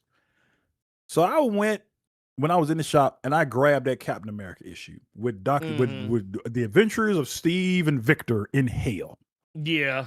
And there comes a moment where Doom and Steve are fighting back some of Hale's Legion, and Doom kills them, Ernie. Mm-hmm. What happens after that, you ask? Steve checks him for killing them. Because if you do that, then they're gone. Mm-hmm. Chris Evans, we in hell. Yeah, I get the idea. I get the idea of what it was he meant by that. Like, I think basically, well, and I don't know, maybe I'm giving Chip Zdarsky too much credit, because sometimes that does happen when you maybe see a plot thread or something that maybe other people don't. So Okay. I don't think it was one of those where it was like, killing them here, because they're, it makes them gone or whatever. I think it was kind of more of a, I don't know, and maybe I might have misread it, but okay. I'm going to tell you why I think this way. I don't think this is how Chip Zdarsky is thinking. I'm just saying this is the way I'm thinking it. So, in my story, Heart of the Darkness, demons are unkillable. They are unkillable in the real world. Okay. If you kill a demon, they just go back to hell. If you kill a demon on Earth, they just go back to hell. Same thing goes for an angel. They just go back to heaven or whatever. Killing a demon in hell is permanent. Harder to do, but permanent. So when I read that line, I kind of more thought of it as because they're not going to suffer anymore. Like, basically you're ending their suffering. Like they're gone, like, period. I'm thinking, like, I was like, oh, maybe Steve just wants them to suffer, which honestly I think would be more diabolical, but also I think would be the right call. But that said, fuck Nazis, because that is what shows up in this in this issue. And Captain America, yeah. In Captain America, was it number 13? The Red Skull pops up. Red Skull, and to make sure there is no ambiguity about whether Hydra and Nazis are synonymous. The Nazis, or rather both the Hydra agents, the people that are in the not the upper room, they're in the lower room, they're in the basement. In the basement. They are literally doing the Sig Heil. They're doing the Sig Heil. So there is no ambiguity whatsoever that these people are Nazis. You can't even dance around it. Yeah. You can't even tap dance around it. So there's that. So who you putting your money on, Colton or the Infernal Hulk? I can't. Okay, so here's the thing, and I think Ernie would agree with me. Maybe he won't. Let me not put words in his mouth. I'd have to know who the artist is before I answer that question. If it's Nick Klein or the artist for Avengers Armageddon, I can't remember your name. I do apologize. But if it's that artist, I'm putting my money on the issue that's in, because we all win to see that fight. If it's Greg Land, I don't care, because I'm not even putting it in my cart. So the answer depends on who the artist is for Colton versus the Infernal Hulk. The thing is about Infernal Hulk is that he's kind of unstoppable. Mm-hmm. He's kind of proven thus far to not really be. I mean, I guess, in relation to the most recent issue, which I think was 9, which is basically the penultimate issue. I mean, he's mostly unfuck-withable. The Infernal Hulk is in that regard. But there are some people out there who might be able to put some paws on him. We don't know, because there's a character, Carter's least favorite character in the entire Incredible Hulk run, has made her triumphant return in the last couple of issues of Infernal Hulk, Charlie. And we all know Charlie got the DLC buff towards the mid kind See, of. I didn't get that far. I thought she was Yeah. still like a wolf person or a skin demon or some such. Yeah, no, she's a skinwalker. But she's what it possessed was. by a skinwalker god, basically. So yeah, that's a thing. So she is theoretically a werewolf, Mhm. but like she's also more than that. She can literally wear the skin of anybody. Because she pops up in one of the more recent issues of the book. And it's very like they make it pretty clear that the person who that we're looking at, it's her, but like not looking like her normal self. I was honestly kind of hoping I don't know what the plan is, but I'm hoping that once they get through whatever is going on with Infernal Hulk, I hope if they do go back to just like regular Hulk, whatever the fuck is going on, I do really hope they address some of that. But yeah, that's See, right there. and here's the problem with that. And yes, it is ending at issue 10. Yes. We won't know, Ernie, because they're just putting the Hulk stuff on the back burner until next year with the Infernal Hulk War. So who knows what they're gonna do with that? Can you talk about the Signal? Why DC don't? Yeah, about to say DC doesn't do it. Why should we do their work for them? I don't know. Like, what is it that we're supposed to say about the Signal? I don't. I'm asking that legitimately. Yeah. I don't like it because I said this the other day, and I think a lot of people were surprised. But because I've decided to not give a fuck anymore and have been way more vocal about my feelings about certain shit. But and I think I said it in my video regarding the end of the blackout. The official blackout ended.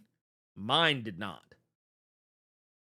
So if something happened recently in the comics, no, it didn't. Then there you go. There you go. Yes, he is.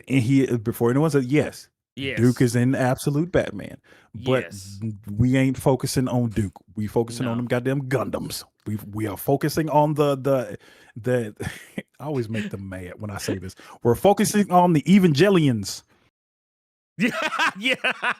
You know what? There is actually they get mad every time I butcher that name. Those anime fans get so mad, dude. It's hilarious. I mean, you weren't wrong though. It is Evangelion. No, but I say jelly like Welch's. It pisses them off. This motherfucker here. Well, I mean, if it makes you feel any better, I don't think even the creator cares, because when asked why he named it Neon Genesis Evangelion, he said, because I don't know, because it sounded cool. And he left it at that. Oh, wow. There was no real reason. I didn't know that. It. That's funny. I mean, honestly, that's how most shit gets named. Like, if you go look, I don't know who needs to hear this, and I forgive you. How did you come up with Heart of Darkness? I thought it sounded cool. Well, I mean, to be fair, I always liked the title. I always liked that, that phrasing, the heart of the heart of darkness, like at the very seed of something. But when I came up with the name, I was like, oh, and we'll play with it, because instead of being Heart, Heart, it's going to be Hart, because that's the last name of the character. So Heart of the Darkness. There is a meaning behind it, but I mean, if you really want the real deal, it's because it sounded cool. You couldn't have called it Memphis Monsters. Sounds so bad. No, that sounds so fucking. Ain't nobody buying that, dog. I wouldn't buy it. Born and raised. Nobody is buying that bullshit. But no, like if you look up stuff like, nigga, what's that? Do a tie-in story. Vamps in the M. So I did actually. Okay, so the one of our characters in the book, Cole, Quinn and I did talk about doing a one shot. That is or like either a one shot or a bottle issue where it's just about him, and it's like a day in the life of a vampire hustler, like from the moment he wakes up at night, what he does, like basically, because basically his whole thing is, and you don't see it in the first issue, but like Cole, you ever watch? So basically the inspiration for Cole is the dude off of the barbershop. The dude was always like trying to hook some shit in the shop, like, oh man, I got these Blu-rays. That was the inspiration for his character. So basically, it's like hey, what does this dude do when he's not getting harassed? Might give y'all one shot by the vampiric Memphis version of Turk. Yeah, the bootleg man. Yeah, that's basically that. Like, honestly, that's kind of his purpose. His purpose is to be kind of the Turk Barrett of that world. But no, that was something that Quinn and I talked about. Was like, yeah, hey, when we do the stories, like if we reach like a certain point, we're like, hey, let's take a break for a moment and just tell a story about something that is happening in the world that doesn't even really have to have anything to do with the main character. Like it could just be a thing that's going on. Like you won't even see, like almost kind of like what we were talking about. And I was even talking about this with the homie TC yesterday. Yeah. TC Harris, who is one of the minds behind Noir's the New Black, the Eisner nominated book that Quinn is also nominated for the Eisner for.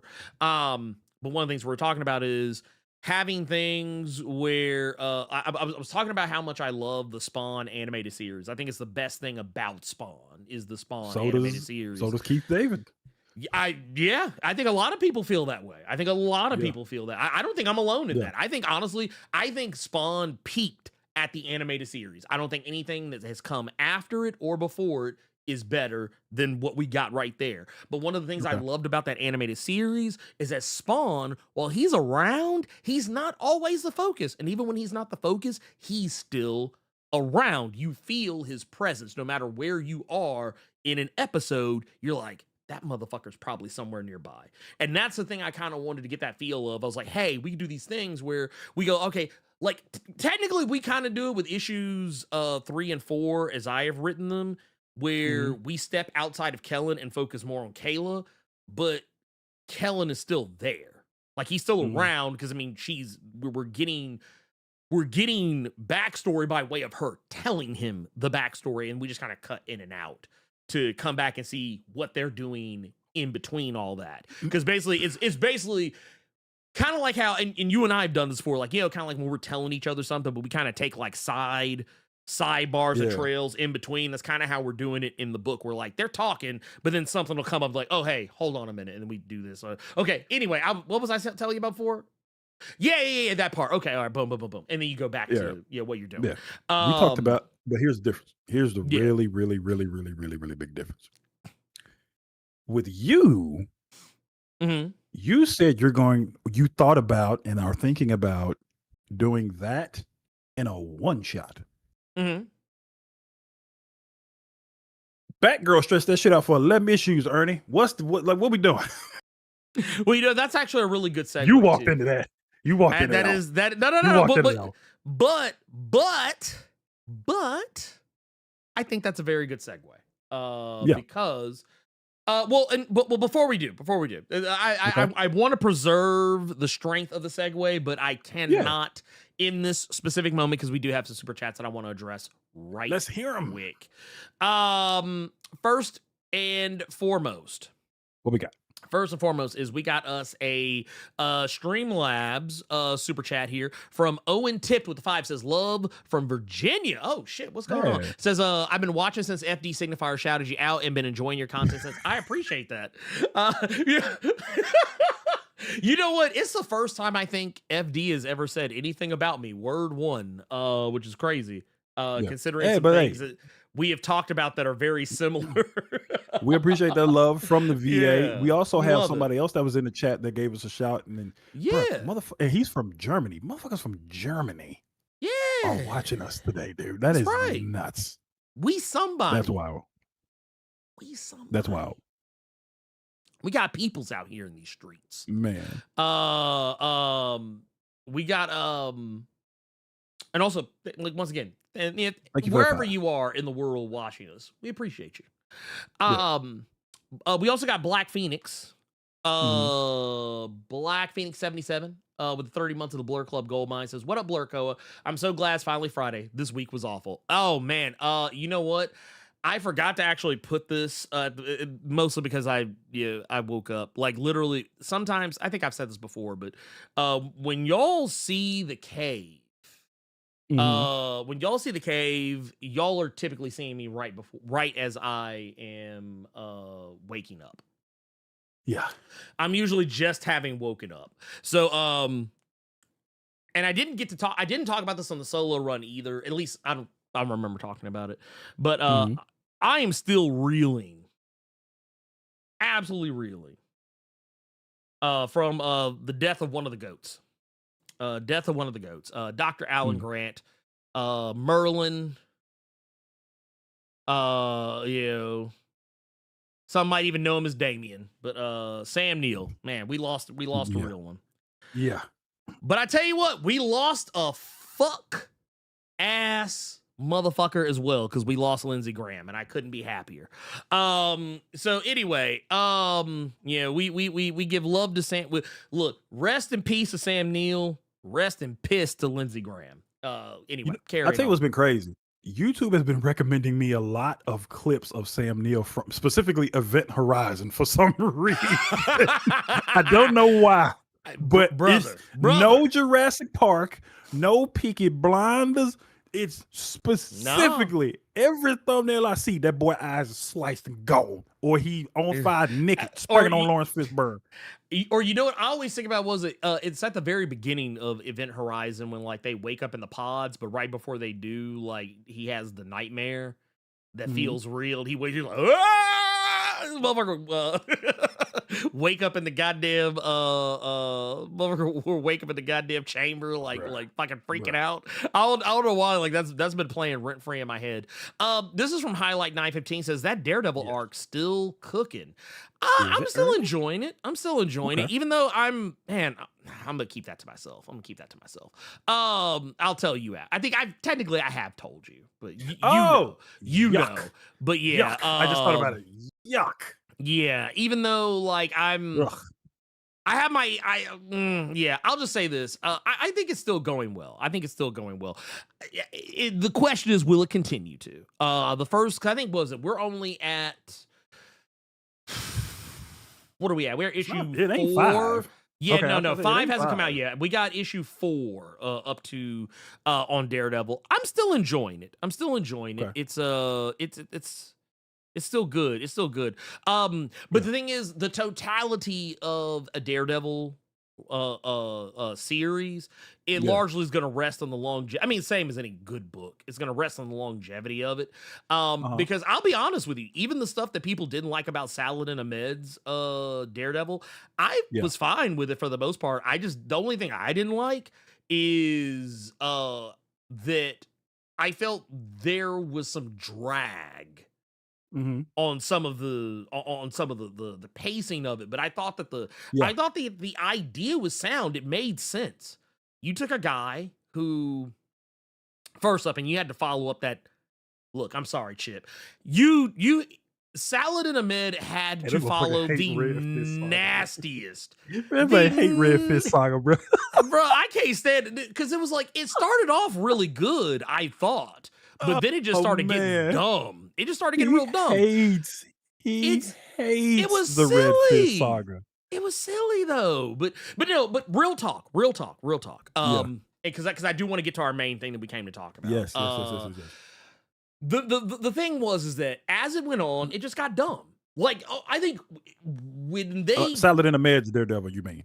No, I'm talking about Chip Zdarsky's Daredevil. Oh, you still talking about Chip? Yeah, but no, like the place where Matt was left by the end of it was like, dude, how do you follow that? How do you follow that up? Well, Saladin Ahmed, I feel like did a really good job, like kicking us off. I felt like Father Matt. I like that makes sense for Matt. Yeah, why not take the most religious character, one of the most religious superheroes in all of comics, and make him a priest? Put him in the place where he can do the most good. And now he is no longer a priest. But it's just like, I was like, dude, I feel like we missed some really good opportunities there because it seemed like Matt was in his element.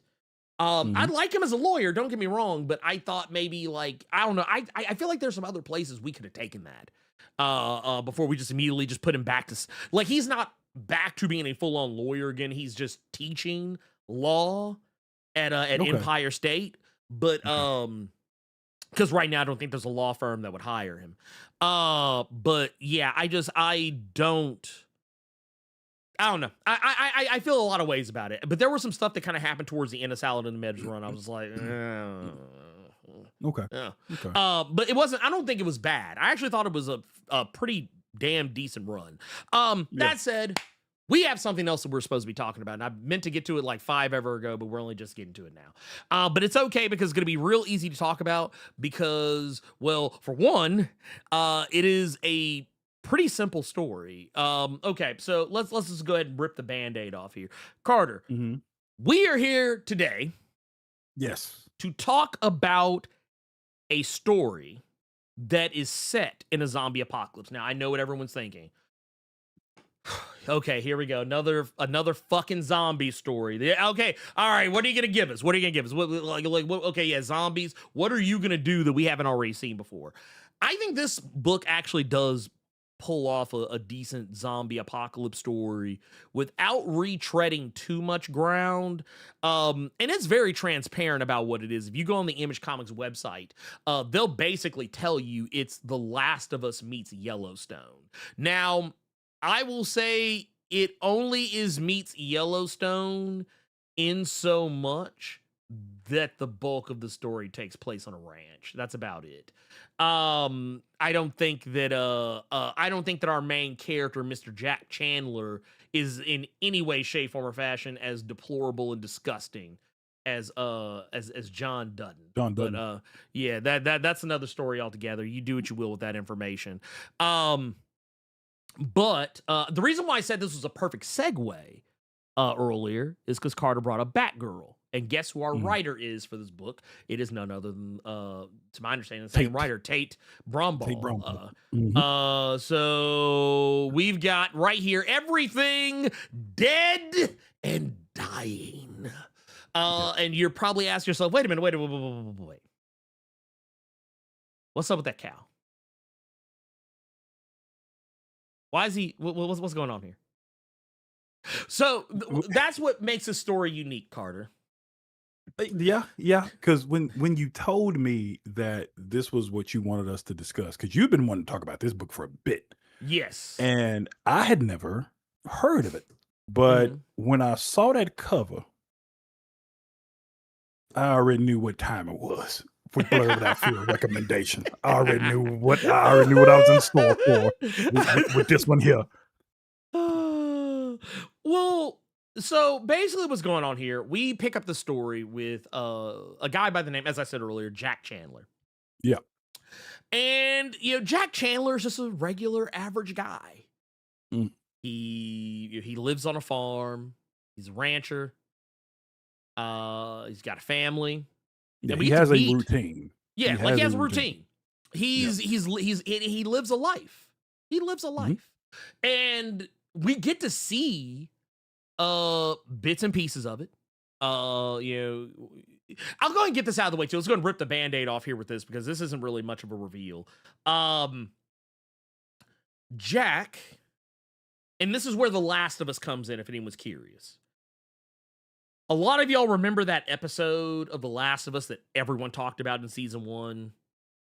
The one where we got to see our gay couple, how they were living life. Oh, okay. In the in a post-apocalyptic world, how they were just kind of like, it was a good bottle episode. It didn't take away from the story; it only enhanced it. And we basically got to see how these people live together. How do you get through an apocalypse? And it's like, man, you have these two people. They have found love in one another. They are together. They are carrying out the rest of their lives. And just existing. And what I thought was interesting is that we get a little taste of that in this, but it's with a twist. So I don't want anyone to go into this thinking, oh, okay, yeah, this is going to be a book where we're just be watching basically the same story play out that we saw in Last of Us here in this book. No, that is not the case, because this is the only spoiler that I'm willing to give away, and it's only because it's something you find out very fast within the framework of the first issue. Yeah. This man, Jack Chandler, who here I will pull this up so you can see. We see here that he's we see him digging. He's out there doing his farm shit. Routine. Yeah, it's routine, a whole routine, and we see that he's reading a story to to his daughter. Who I won't go into the minutia of that because I think that's also a story that just it's more interesting if you get to figure some of the stuff out on your own. But yes, there is a whole thing where, and here I'm gonna pull this up because I actually do want to share this part. But yeah, bam, here we go. So yeah, we see that. Oh hey, this is white guy. He's got a black daughter. There's a reason why. You'll figure it out later. But yeah, this guy, he's doing his thing, living his life, all that good stuff. He's got this kind of perfect family scenario going on here. I'll even pull this up too, where you can see, oh yeah, hey, he's got his husband, his husband's making breakfast for them. They have this really sweet, really like adorable relationship with one another. They've got the little girl, they're living life. But the thing is, you quickly figure out what's going on because yes, there is a zombie apocalypse that has happened. But what makes this even crazier is that it goes further than that. The zombie apocalypse has in fact happened. But these people who he is spending his time around, they are not really there. At least not in the way that... Not in that way. Not in that way, no. As a matter of fact, what I love about how this comic does what it does, it kind of does the hints and the teases. Yeah. Very subtly to start out, like you'll kind of see here and there that there's there's moments where he's talking to one of them early on and they'll do a cutaway to a different panel and you'll kind of see like a hint that, oh, wait a minute, there's something else going on here. There's got to be something else popping off. There's something, he has his routine, but something's off. Right. Yeah. Like it's like and here, I'll even pull this up just so you can kind of see, like interspersed when he's like talking to, the mailman. And here I'll kind of zoom this in a little bit, but like, yeah, he's talking to the mailman. Mailman shows up, and then like you'll see like there's like a little cutaway, and you'll start saying that, oh yeah, like the mailman is or you don't know if it's the mailman right away, but you clearly Jack sees something. It was literally like, what the fuck? And then you snap right back into reality. And it's like, oh yeah, he's just back to talking to the mailman. The whole thing here is that yes, the Jack, his family, they have been turned into zombies. And really the majority, really the entire town that he lives by have also everyone been turned into zombies. He is the sole survivor, as far as he knows, of the zombie apocalypse. And the way he has gotten through his day is with routine. He keeps doing the same thing every day. He gets up, he does his farm work. He also, and I think this is the part that maybe this will bake your noodle, maybe it won't. He maintains his family as zombies. They roam freely for the most part. Like his child, his husband, he still interacts with them, and he's figured out something. And I don't want to go into the minutia of how he figures it out, but basically he's figured out a way to keep his family, zombified as they are, in his home without them wanting to kill him. He's able to interact with them. He's able to, still have his interactions with them and everything. But for the most part, yes, they are still zombies. And he does this with the rest of the town. As you go through the story, like when we talked about the mailman.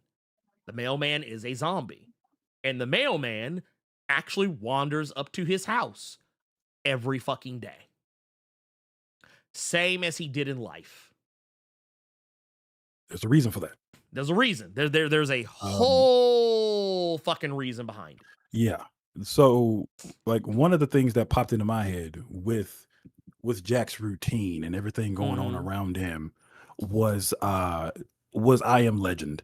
And if you all can remember I Am Legend, there was a scene where Will Smith's character would always go to the movie. He would go to like a Blockbuster and he's talking to the guy at the register that is clearly just a goddamn mannequin, or he's Yeah.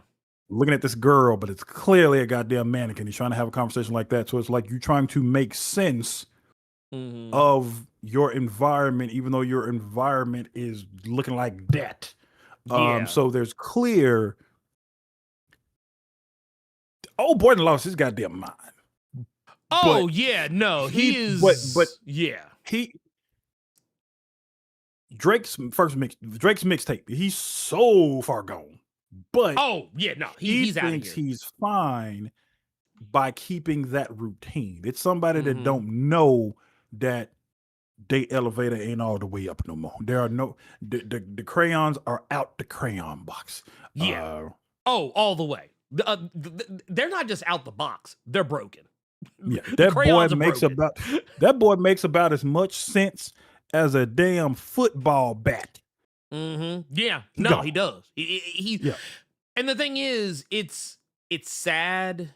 Yes. It's sweet. It's kind of disgusting in some ways, in a lot of ways, actually. Just because of the nature of like what it is, that he's trying to hold on to, that like it's like these people, they're literally like this is the fantasy. This is the reality. How your grief stacks on top of the insanity Right. is really what it is. How your grief really makes you. I don't see anything happen. Them 5 issues, you recommended this shit to me, and I already knew what I was in for when I saw these covers, because don't let them covers fool you. Oh, Look no. close at them covers. Oh, this yeah. book's sad as hell. But oh, yeah. No, this is an this is apocalyptic zombie story, but Mhm. the zombies are not the antagonists in this. No. They are not the focus. It's not like a Walking Dead thing where like you got to pay attention to the zombies as well as everything. No, this is it's a character study, I will say, as well. Something that this book reminded me of when I finished it was, well, before I finished it, just them like first 3 issues. Yeah, I want to say first 3. There was I should have pulled it up before we started. There was a zombie movie that Schwarzenegger did. Maggie. Thank you. With Abigail Love Breslin. that movie. That's what came to mind when I was reading this. Yeah. No, it's, and I'm actually shocked maybe because it wasn't recent, but I'm actually shocked Image didn't try and play up on that. Kind of in the, because it is very much in the vein of Maggie for anyone who has or has not seen that movie. It's Arnold Schwarzenegger in what I felt was like the most different thing I've ever seen him do, because it's not an action movie. Yeah, boy, just randomly red boxing that shit, I was not ready. That was a good ass movie. Oh yeah, sad as fuck, just like this here. But it was so different from what you see from the T-800. So yeah, that was in my mind. Yeah, every time I would finish them first few issues. I will say though, yeah, it's don't go into this expecting this to be like, oh man, it's gonna be running and gunning nasty, bro. and fighting. Oh my god, yeah, no, this cover is diabolical. It's absolutely diabolical. Please believe that. It's and honestly, this was okay. So I'm gonna be very transparent here.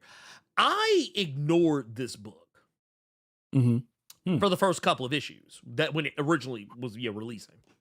Okay. Because I wasn't really like I think I was only really familiar with Tate's Batgirl. So I didn't really. So that was kind of partially that like I just didn't know that this was a thing.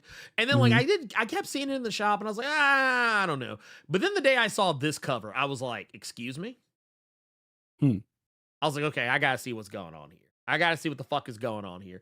And sure enough, I went back and started looking, and I was like, oh, this is a real one. This is well. Also, you got to look at the pedigree here. Tate Bromble's I think Tate Bromble's a good writer. I think Tate Bromble's. He writes House of Slaughter. I thought all of that was Tynion. Really? Not all. No. Tynion. So Tynion only primarily writes Something's Killing the Children. Okay. As far as that universe goes, House of Slaughter is a bunch of like. I think Tate's over the majority, if not all of it. I'm behind on House of Slaughter, so I can't speak to. I cannot speak to it in its entirety, because that's another thing. House of Slaughter jumps around a lot. That's why, like, if you ever look at those trades, and I think we talked about this a week or two ago, like you'll notice that I think one of the trades they're doing has very specific shit in it, because that's why I didn't like the hardcover of Something Is Killing the Children, because it did the exact same thing where you jumping and shit. Yeah, it's and that's because they did this thing when they got to the end of the initial arc at issue 15. They did a flashback to Jessica, or not Jessica, but Erica's. I mean, technically it's Jessica, but they went back to Erica's past and how she became a part of the House of Slaughter. And then when they got done with that, they cut back to the present. And then they went forward, for a bit. And then once they got through that arc, because the arc they're going through now, they're cutting back to Jessica's past, and when she was first becoming a part of the Order, and they're kind of playing it forward from there. But House of Slaughter, they start off with the present day, and then after like a few issues, they jump to a completely different character, completely different story. That has nothing to do with the stuff that was coming before, and then they cut back to the present, and then they jump around a lot. Is basically what it is to say. But it's good stuff. It's just that like it can be frustrating if you were really wanting to keep up with a very specific story. But that was all a native saying. When I did start reading this, I was like, you know what? I'm more familiar with your game. Let's keep going. Also, this has got one of the GOATs, Jacob Phillips, on art, and some of you, I think I would forgive anyone who would look at this book. That's right, Jacob Phillips, New Burn. Also would and you know what I think is so crazy about it, and I'm sure Carter, you've noticed this as well, most likely. What's that? What I love about Jacob Phillips is that, and I knew this for a long time, but sometimes I forget, is that for those who are fans of the Ed Brubaker stuff that we often talk about. Yep. That's because that's Sean Phillips. Phillips on that. That's the Pappy. Yeah, that's the Pappy. That's the Pappy. That's why these, like, if you're a fan, if you are someone who is a fan of any of the criminal books, or any of the various and sundry, like like other, I guess, works that Ed Brubaker and Sean Phillips have done, I would forgive you if you went into this story and you're like, man, this looks mad familiar. And it's because, Sean and Philip have very, very similar art styles, as you would imagine, being father and son. So yeah. And yes, that Texas Blood, that's another one. See, and I'm happy you saw that, because I saw it too. Mike Manhattan, let me tell you what this was. When Ernie said that he wanted to talk about this week, would you have an issue reading that comic, just so you can be up to speed when we're having a conversation? No, not a problem at all. Let me check this book out. It was something I noticed. I have dunked on that Batgirl run since I finished it. I feel like I can have an opinion on Batgirl because I read it. Yeah. I dunked on Ultimate Wolverine Chris Condon because I bought those trades. I plan on buying the final one because Alessandro Capuccio's art is phenomenal and the art was so goddamn good. You can not ignore because you're reading something, but you can let a mid story pass because of that fantastic art. Mm-hmm. What I felt this was, see, he keep talking about them books and clowning them. Let me show him the real good stuff that they actually do. That's what this was. This was a plot by him because I can't wait until he tell me that we talking about that Texas Blood at some point because we are. He getting tight when I dog them out for what they doing over here because I ain't read what they doing over there. That's what this was. This was a scheme. This was a scheme. Well, no, because and oddly enough, because I did revisit that Texas Blood recently, because I think it's a great series. I think it's a fantastic series. But yeah, no, there are. Yeah, this is why I always say sometimes, and I think it might be the case for Tate. Excuse me. I think Tate is better in his creator-owned bag than in the DC bag. The commercial shit. Yeah, the commercial shit, mainstream shit. And I kind of want you to stay on there because I want people to pay attention to what he got on the fucking screen right now. Oh, Shout out to my audio files, but what y'all not seeing is the main character doing his routine on his tractor because he is a farmer. Yeah. With the zombified daughter sitting in his damn lap. Yes. He gone. Having a good little talk with her. Oh, yeah. Winding up her toy duck in the first issue. Chunk of her damn cheek gone. Everything. I said, yeah, this motherfucker's a nut. Oh, yeah. No, he is off his fucking meds. He is all the way off his fucking meds. And I promise you that. You can't, you look, this is a motherfucker who he's never coming back. He's never coming back. You just have to accept that. Now you're probably asking yourself, okay, so you've said a lot about this guy. So what's the conflict in this? Like, I mean, obviously, zombies, but the zombies aren't the conflict. It's people, as it always is. Man is the real monster. It's another one of those scenarios. And honestly, I think any good zombie story, man is always going to be the real monster. As much as we might be tired of seeing it, man is the real monster because zombies don't have any control. They're just doing what comes instinctive. People are doing shit intentionally. And that's kind of the issue, is that there's going to come a point where people, and also I do want to say this line down here where he's talking about how I'll always keep you safe, and the very next line is, this town isn't safe with the likes of you. That is actually intentional, as you would probably imagine, because it has nothing to do with this. It's the past. But I would rather he just leave it like that because Bird Nerd also asked, how come the zombies don't bite him? We don't want to tell you shit like that because go read it. I want you to read. I want you to read. There's a reason. There is a reason. There's a very good reason. The reason that Ernie brought up that the zombies aren't, and I see some people talking about like Walking Dead and zombies are just aesthetics.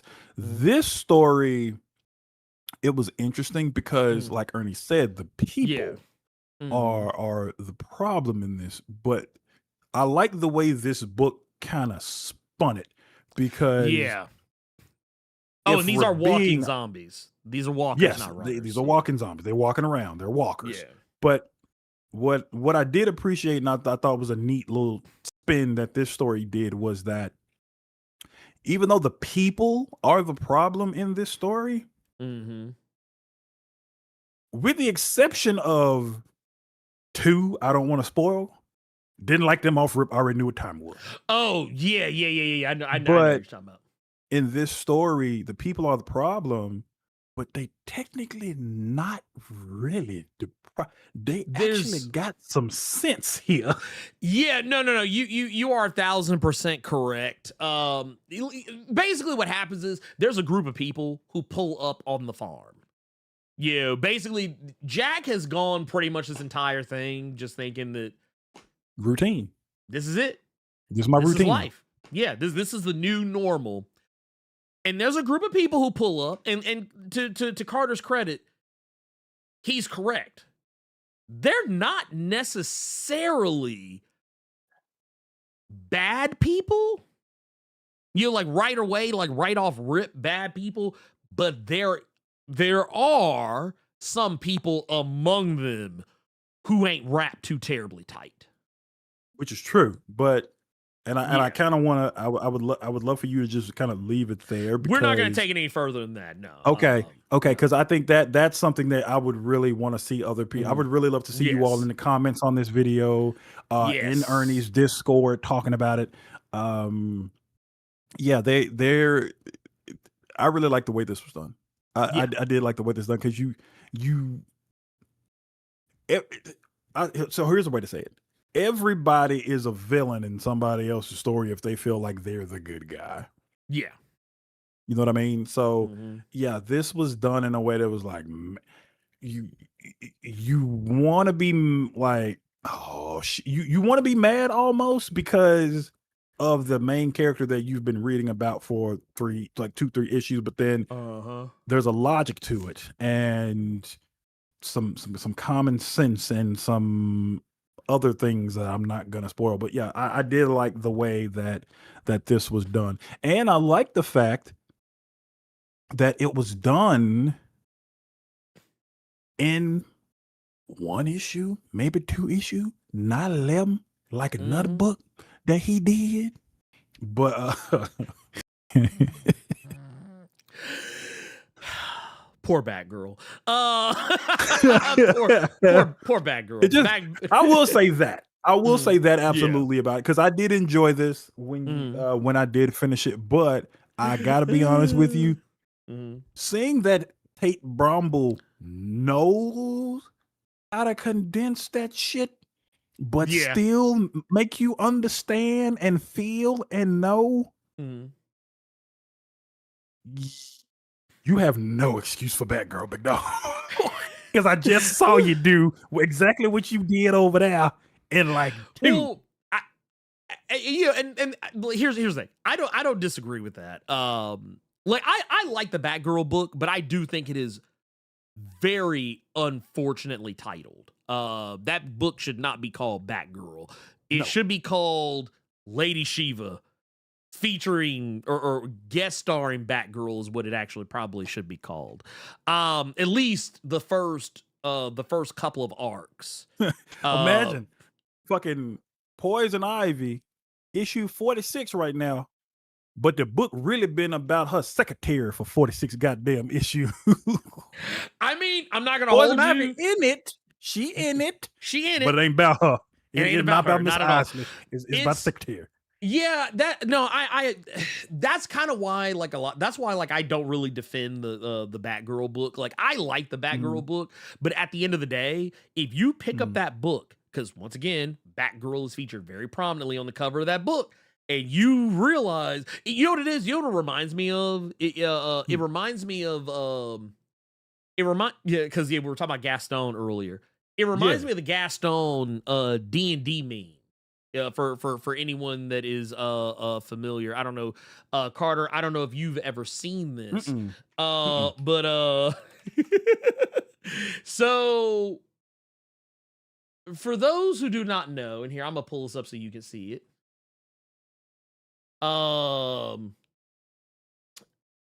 Where'd it go? There is we're trying to see if I can find like a good one. Yeah, here we go. Yeah. Here we go. Get that out of my face. I don't want to see that. Anyway, here we go. We're back. If you've ever seen this meme, so this isn't What? D&D. This is math. Because that's the joke about Dungeons and Dragons and Pathfinder tabletop games. People think that, oh, it's just make believe and you're not, you're just pretending to be sorcerers and wizards and knights and shit like that or whatever. No, there's a lot of math involved because like that's why it's like this. You know, that's why the joke is this is a D&D. This is math. You know, Okay. it's because now. when you play now. D&D, it's like, okay, well, I'm gonna roll my fucking D20. All right, boom. All right, I got an 18. Okay, well now I got to add my attack modifier. I got some bonuses. I gotta add. Okay, I got a +3 to hit. +2 because of my special sword. Okay, yeah. You Shit spend like a lot that. of time. Yeah, I'm good. That was like when I found out you and I were having when we had our little Yeah. when we had our Warhammer phase where we were just Yeah. playing the fuck out of the Warhammer game, Yeah. and you brought up to me how expensive those figures are. Yeah. But I watched someone's stream of a Warhammer battle with the figurines. Yeah. Now how you were just talking about D&D with all that math. Uh-huh. I said, well, okay, how the hell do you play Warhammer 40K with all these figures? When I saw a motherfucker pull out a tape measure, Oh, I yeah, said, you oh, gotta, no. yeah, Oh, because no. you gotta, yeah. That's Oh, what, no. you knew where I was going. You knew where I was going. So, like, yeah, you gotta be, like, you gotta, no. you gotta, okay, so, all right, so my enemy is, let's see. Dog. My enemy is 20, the 20 inches away. Okay, so, my gun is only effective up to 15, so I'm gonna take a minus bruh. to the hit. Yeah, Um, that's extra straight. Like, so, no. It was funny too because okay, so remember when so you just said I don't play the Warhammer tabletop game. I had a Walking Dead game that I backed on Kickstarter, and this is why I kind of had to be more careful of the shit I backed because I just saw Walking Dead, got really excited, backed the game, and I didn't really pay attention to how the game played. Because I was like, oh shit, I can get Michonne. And it was not based on the TV show. It was based on the comic, The Walking Dead. So like I was seeing all the characters the way they were in the comic in a little miniature format, whatever. When the game finally showed up and like they were talking about, oh yeah, so like like they were like, yeah, if your character is so many feet away, your feet converted to inches, whatever, whatever. And I was like, wait a minute, I gotta like, and the game came with like a ruler and shit. I was like, what the fuck is this? Mm-hmm. I was like, this isn't Walking Dead. This is fucking like geometry and figuring out angles and shit. I was like, what the fuck is this? But yes. That being said, I don't want to say anything more about the book, Everything Dead and Dying, because yeah, anything else I say will pretty much, like, honestly, I feel like I've already said a lot about the book. I mean, most of the stuff that we just told you is shit that happens within the first issue. Like, you find out within, I think, the first 3 or 4 pages that his family is gone. Like, that's not a secret.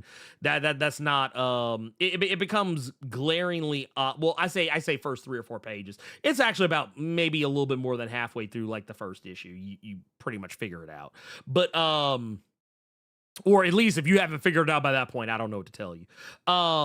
You do figure out pretty fast though that cuz I think the first issue is almost 40 pages. I want to say. Yeah, I think it's almost 40 pages, like 36, 37, something like that. So yeah, about a little bit more than halfway through the book, you figure out that his family is gone. So I don't think that's a spoiler.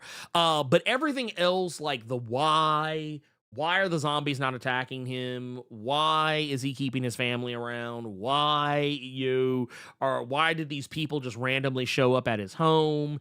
And what the fuck is he doing? Like, what the fuck is the point of all this? You figure it out as you read it. And I think, because as I read it, like each issue, I was just like, bruh. And it kind of makes me want to go back into, not go back into, because I mean, I've never left.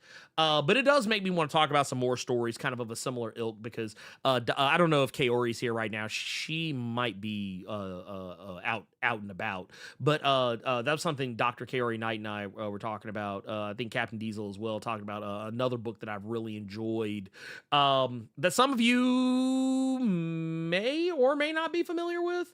Called The Thing on the Doorstep. Yeah, it's it's a very interesting book. It is a very interesting book. The Thing on the Doorstep. And it's I want to say, yeah, that's an image. Yeah, that's an image title. Yeah, it's an image title. That's what I thought. But yeah, The Thing on the Doorstep, that was one that I'm not gonna lie, I was kind of caught off. I was kind of caught off guard by. Like, here, I'll pull this up just real quick so y'all can kind of see. But this is The Thing on the Doorstep. Really interesting book. Really interesting book. Very much an eldritch horror story, and one that has a black protagonist. Okay. Which I actually thought was pretty fucking awesome. Because when I initially saw the book, I actually didn't expect there to be a black protagonist in the book. Mhm. But I thought it was really cool. Even though even though him and his family frustrate me to no end. His In neck some looked like that respects. one nasty motherfucker from Dead by Daylight with the neck turned around and shit. Oh yeah, the unknown. Yeah, it Is that does what it is? actually. Okay. Ugh. Yeah, yeah, that's the unknown. But no, to get us back on brass tacks, Yeah. yes. I think that if you were someone like me, if you liked that episode of The Last of Us, if you like that episode of The Last of Us where that bottle episode with the gay couple, if you liked a movie like what we talked about earlier, Maggie, if you liked that movie, if you enjoy really any good zombie storytelling, I highly recommend y'all check out Everything Dead and Dying. It's a very good book. I would also say that it's and if you do enjoy something like this, I don't know, let me know. I actually was kind of debating doing maybe a video kind of going more into the mental and emotional implications of the book at a later date. But yeah, like I said, I do highly recommend it. This is through Image Comics, and if I'm not Mhm. mistaken, yeah, somebody correct me if I am wrong, but here, I'm gonna pull this up because I think they actually have it here on the I don't know if this is I don't know if this is actually going to get collected. I don't see a thing for it yet. Which is weird considering like how often I see. Oh wait, no, here we go. No. It did, yeah. So like You talking about the trade yeah. for Everything Dead and Dying? Yeah, it's It's out. out. Yeah, it's Yeah, out. it's I out. couldn't remember because I have to. You know what? I had to think about that. Image is actually really good about collecting shit. So, Yeah, that's good now. You can get it on yeah, it's Instagram good right now. now. $10. There you go. I say go do it. It wouldn't be a bad way to spend $10. Yeah, me personally. Also, where to go? I would also say maybe consider if you haven't already, if you did enjoy this, I guess like on any half-ass decent level, I Mhm. would definitely say go check out some of the other like Something's Killing the Children stuff. Go check out House of Slaughter. Go check those out. And yeah, I think Okay. you'll find a lot. I think you'll find a lot to like with a lot of those. But that said, Yeah, that was a good one. I liked it. I like that. That's a favorite story of mine. Yeah. Oh yeah, Black Summer. Yeah, I like Black Summer. Black Summer is wild. Have you ever seen that? No, it's actually funny that I see that comment because Mhm. I got to put something on to go to sleep, and there was a retrospective on a sci-fi show called Nation. Oh Z yeah, Nation, Z-Nation, yeah. Mhm. and I was tripping because damn, the mama from the Aunt Wanda from Bernie Mac show was in this. I didn't know she was in this, but I'm Mhm. listening to it, and then I found out that Black Summer is a prequel to Mhm. Z Nation, And that don't make a lick of sense to me because Z Nation, the more that retrospective went on, the more that shit seemed like it was a video game you was watching. And then when I saw Black Yeah. Summer, looked like Black Summer is a hell of a lot more serious. So it kind It of is reminded very me serious.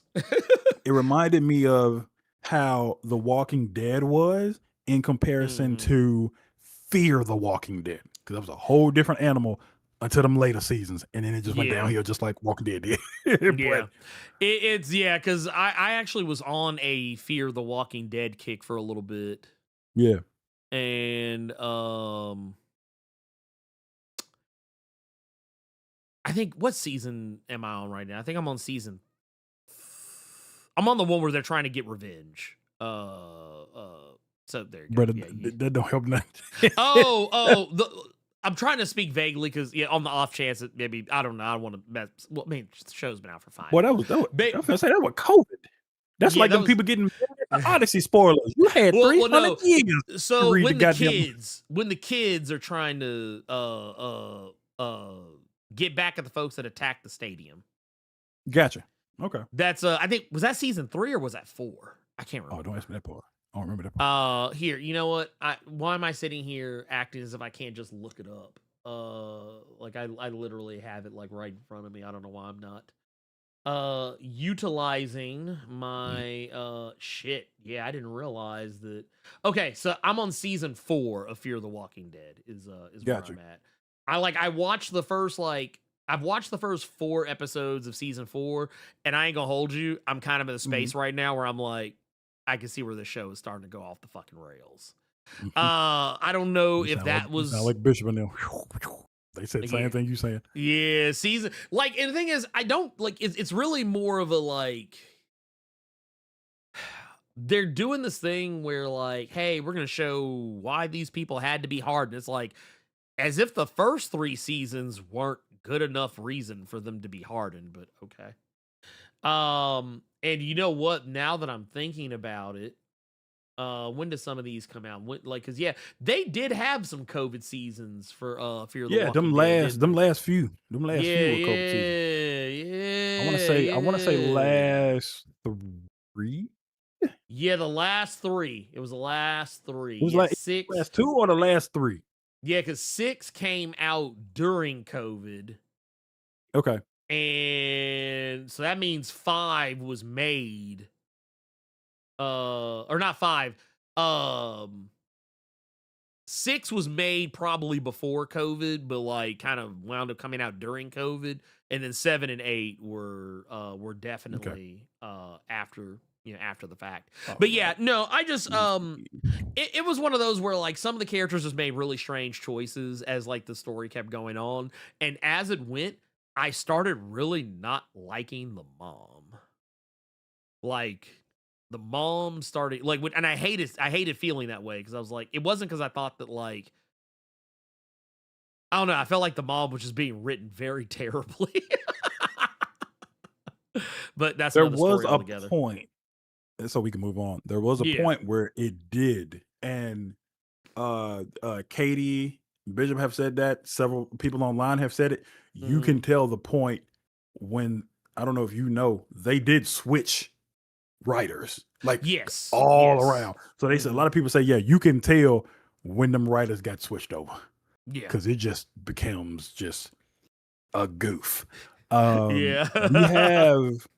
We have one question this week, because I always tell you all, make sure you get your questions in before we start, because if you try to come in there last, we answering it next week. But we got one from Q Doma. He said, greetings, Blerd and Carter. Hope all is good. Appreciate you. He said he's been thinking about the Doomsday movie stuff. I don't know if you know this. Somebody asked me about it the other week. Oh, Avengers Doomsday? There were leaks that came out for Avengers Doomsday that people are just losing their minds about. He said, there are a few things I feel that are going to have to happen in this first movie to be popping. Number one, Doom's fight with Galactus at some point has to be in this movie. The Living Tribunal is going to have to show up at some point. We have to see other Doom variations, and they also should have Doom take out Kang just to clean up that writing mess, but in a way that works to move the plot. What is your take on this? And what do you feel needs to happen to make Doomsday work?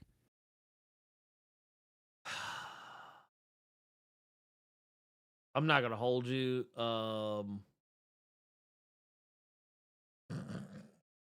Man, can I tell you that like sometimes I forget that movie's coming out? But no, ain't mad at you. Ain't mad at you. Sometimes I smooth forget that movie is coming out. It's not even like it's not even hate. It's not even hate. Oh God, no, look, people are already on some bullshit. No, no, you don't. No, I was looking and I saw that The Usual Suspects had released The Usual Suspects had putting out videos that more or less are like it's the typical like screen rant, screen crush, heavy spoilers, rock stars. Whatever. I'd rather just hear what you had to say at this point. So no, now that you've been reminded of the 5-hour live stream, just showing some goddamn chairs, since you've been reminded that this movie is coming. Oh my God. What do you think Doomsday has to do? I think it's gonna be. It's probably gonna be fine. It's gonna be fine. First off, I don't think anyone should get too excited for anything. I don't think anyone should get too excited for anything regarding Doctor Doom. Okay. Going forward, because I would be shocked if that version of Doctor Doom hangs around. I really would. And honestly, I don't think it should. I actually don't think it should. I think I don't know what the plan is long term, but I don't need Robert Downey Jr. as Doctor Doom, beyond this and Secret Wars or whatever. And the X-Men, don't get excited. Don't get too excited. Because all these motherfuckers are getting recast after this. Don't get excited thinking that, oh man, we so back. Just watch X-Men 97 and be sassified. Okay. That's your MCU X-Men right there. Yeah, from what you showed me yesterday, somebody sent you. They ain't satisfied with X-Men right now. Goddamn it. Here's my thing with the Doomsday stuff, dude. I find myself not caring about Doomsday just because of the other films and TV shows that we've gotten. Because at least with that initial run, with everything going toward Infinity War, every one of those movies were leading to Infinity War. Something was brought up in regards to what Thanos and them stones were all about. I don't really feel like these movies and films have done any of that. So it all just feels like a jumbled mess, really. Plus, with a lot of these movies taking their sweet old time and coming out, like, what are we, at least with those original movies, we knew what we were leading to. With these, what the fuck are we leading to?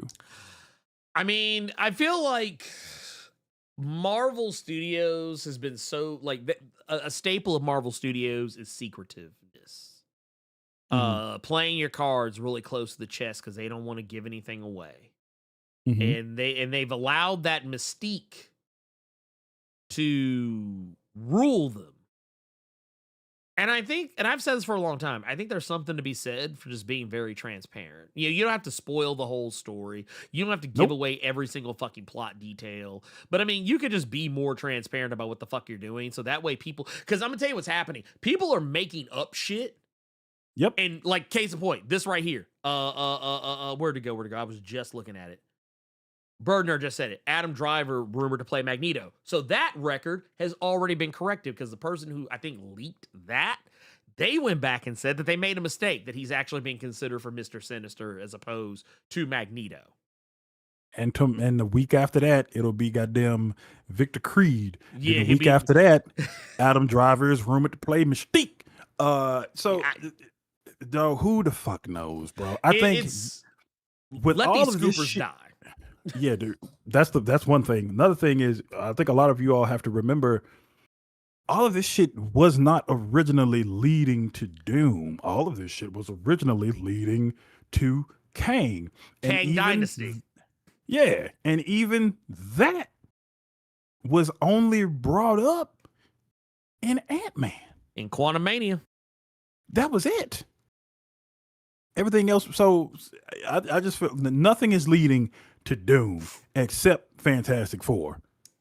Everything else ain't been leading to much of nothing. So I will. I mean, you all already know you can expect us to go watch it because that's the gig. We're going to talk about it on Saturday. But Yeah. I have no like, oh, bro, this Doom movie is finna be off the chain. 'Cause I don't know what the fuck it's finna be about because nothing is leading to this. So I just don't care. Like I don't care the way that I used to. I just don't have it in me. I'm sorry. Bruh, it seemed like shit is more focused on a street level movie because that's been the big things. What is Spider-Man going to be about? Spider-Man ain't got shit to do with Kang or Doom. Everybody more so focusing on the Hand and Frank Castle. I ain't gonna hold you. I forgot that was coming out. That's how detached I become. That's how detached I become from the MCU at this point. Well, here's the thing. I don't even think it's detachment. I just think it's not. Well, that might be detachment, but it's because it's not in your face. You got to remember where I'm at. Every time I make a left turn, I see a goddamn billboard of fucking Spider-Man. No, you're right. Because wait, when does Spider-Man comes out? Is 31st this week? Yeah, okay, so next not next week, but the week after. So yeah, like brother. I completely like, and that's with trailers. Me even seeing trailers, I slick forgot it was coming out this month. And I'm not saying that I'm not, like I said, I'm gonna go see Spider-Man. I mean, it's not that I'm not excited. It's just that honestly, I'm watching better shit at home than some of the stuff that I'm seeing out of the MCU. People, well, shit. Even if you keep it on the MCU, Ernie, I think there's been a lot better shit to watch at home than in the theater. Daredevil, Spider Noir, X-Men '97, with the exception of this recent episode. So with that being the case, like, don't really care about the big spectacle Doctor Doom thing because you haven't given anyone a reason to think about or care about the big spectacle Doctor Doom thing. It's more so street level stuff that everybody's been talking about. But that is the only question we got. Do we have anything in Streamlabs, big dog? You know what? Let's pull it up. Are we good?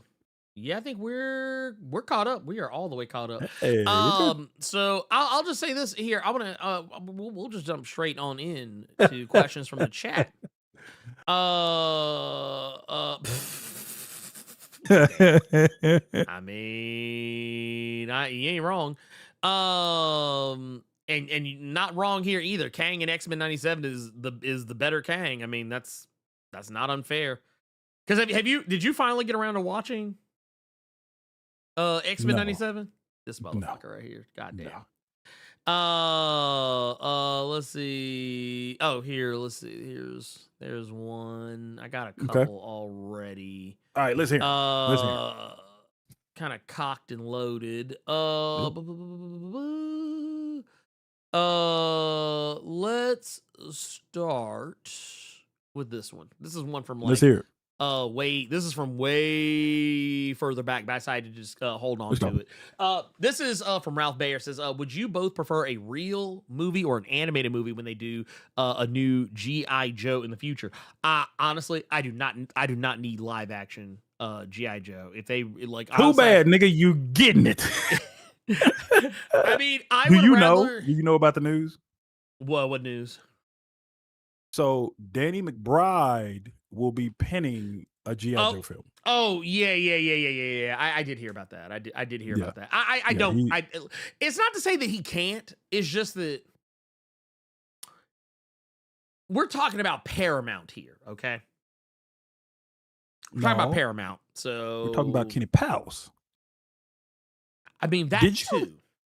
That Did too. you like his? Because that was my one thing. I said it's either going to be as well received and loved as his Halloween movies, or despised and hated like his Halloween movies. Oh, okay. Did you like that Halloween trilogy he did? I like the first one. Okay.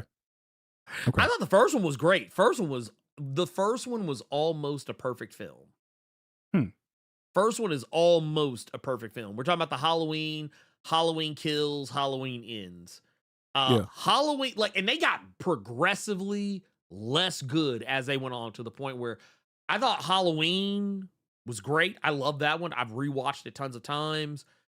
Halloween Kills is one of those movies I feel like I have to be a Halloween apologist for, to the point that I kind of realized I don't really like that movie as much as I thought I did. Like when I first saw it, I was fine with it. I was like, man, why is everybody so down on this movie? But really, Halloween Kills, the only good things about it are when Michael kills people. That's it. The rest of the movie, the story, the plot surrounding it, they had something to say. It was about mob mentality. It was basically how, because that's the question I think people ask a lot of time. Man, why ain't the whole town just mobbing up and going after this dude? He just a dude, supposedly. That's something that Danny McBride. So here's the one thing I thought was funny. When they asked Danny McBride about the Halloween movie, from one interview I saw, he will big up that first one. Yeah. But when it comes to the next two, he puts everything on old boy that was behind those, saying he had a story he wanted to tell, and some people didn't fully agree with it, and some people did. Yeah. So it almost makes it seem like he was more in the trenches in the first one as opposed to the next two. Yeah, I honestly, I believe that. Okay. But because the thing was, Halloween Kills, I was just like, okay, I get it. Yeah, the mob, the town's gonna mob up and go after Michael. That makes sense. Why? It has to happen, at some point. But the plot to get there didn't work for me. And then when you get to Halloween Ends, where they got that motherfucker literally acting like he goddamn Emperor Palpatine and shit, basically trying to take on an apprentice. And old boy out here just killing folks and trying to be the new Michael Myers. I was like, get the bullshit out of my face, man. Okay. That was very much like when I saw that shit, matter of fact, midway through, I actually didn't finish Halloween Ends the first time I tried to watch it. It took a couple more viewings, because halfway through, Cynthia tapped out. She was like, yeah, I don't like this. Boy, you sound like me going to see this goddamn Odyssey. I already know that 2 hours, 52 minutes gonna hurt me, dog. Cool, oh, man. Dude, I'm like, man, look, when Halloween Kills came out, reviewers are calling it everything from shit to fucking shit. that was Halloween Kills and Halloween Ends, and honestly, I think both are correct. Wow. You know what?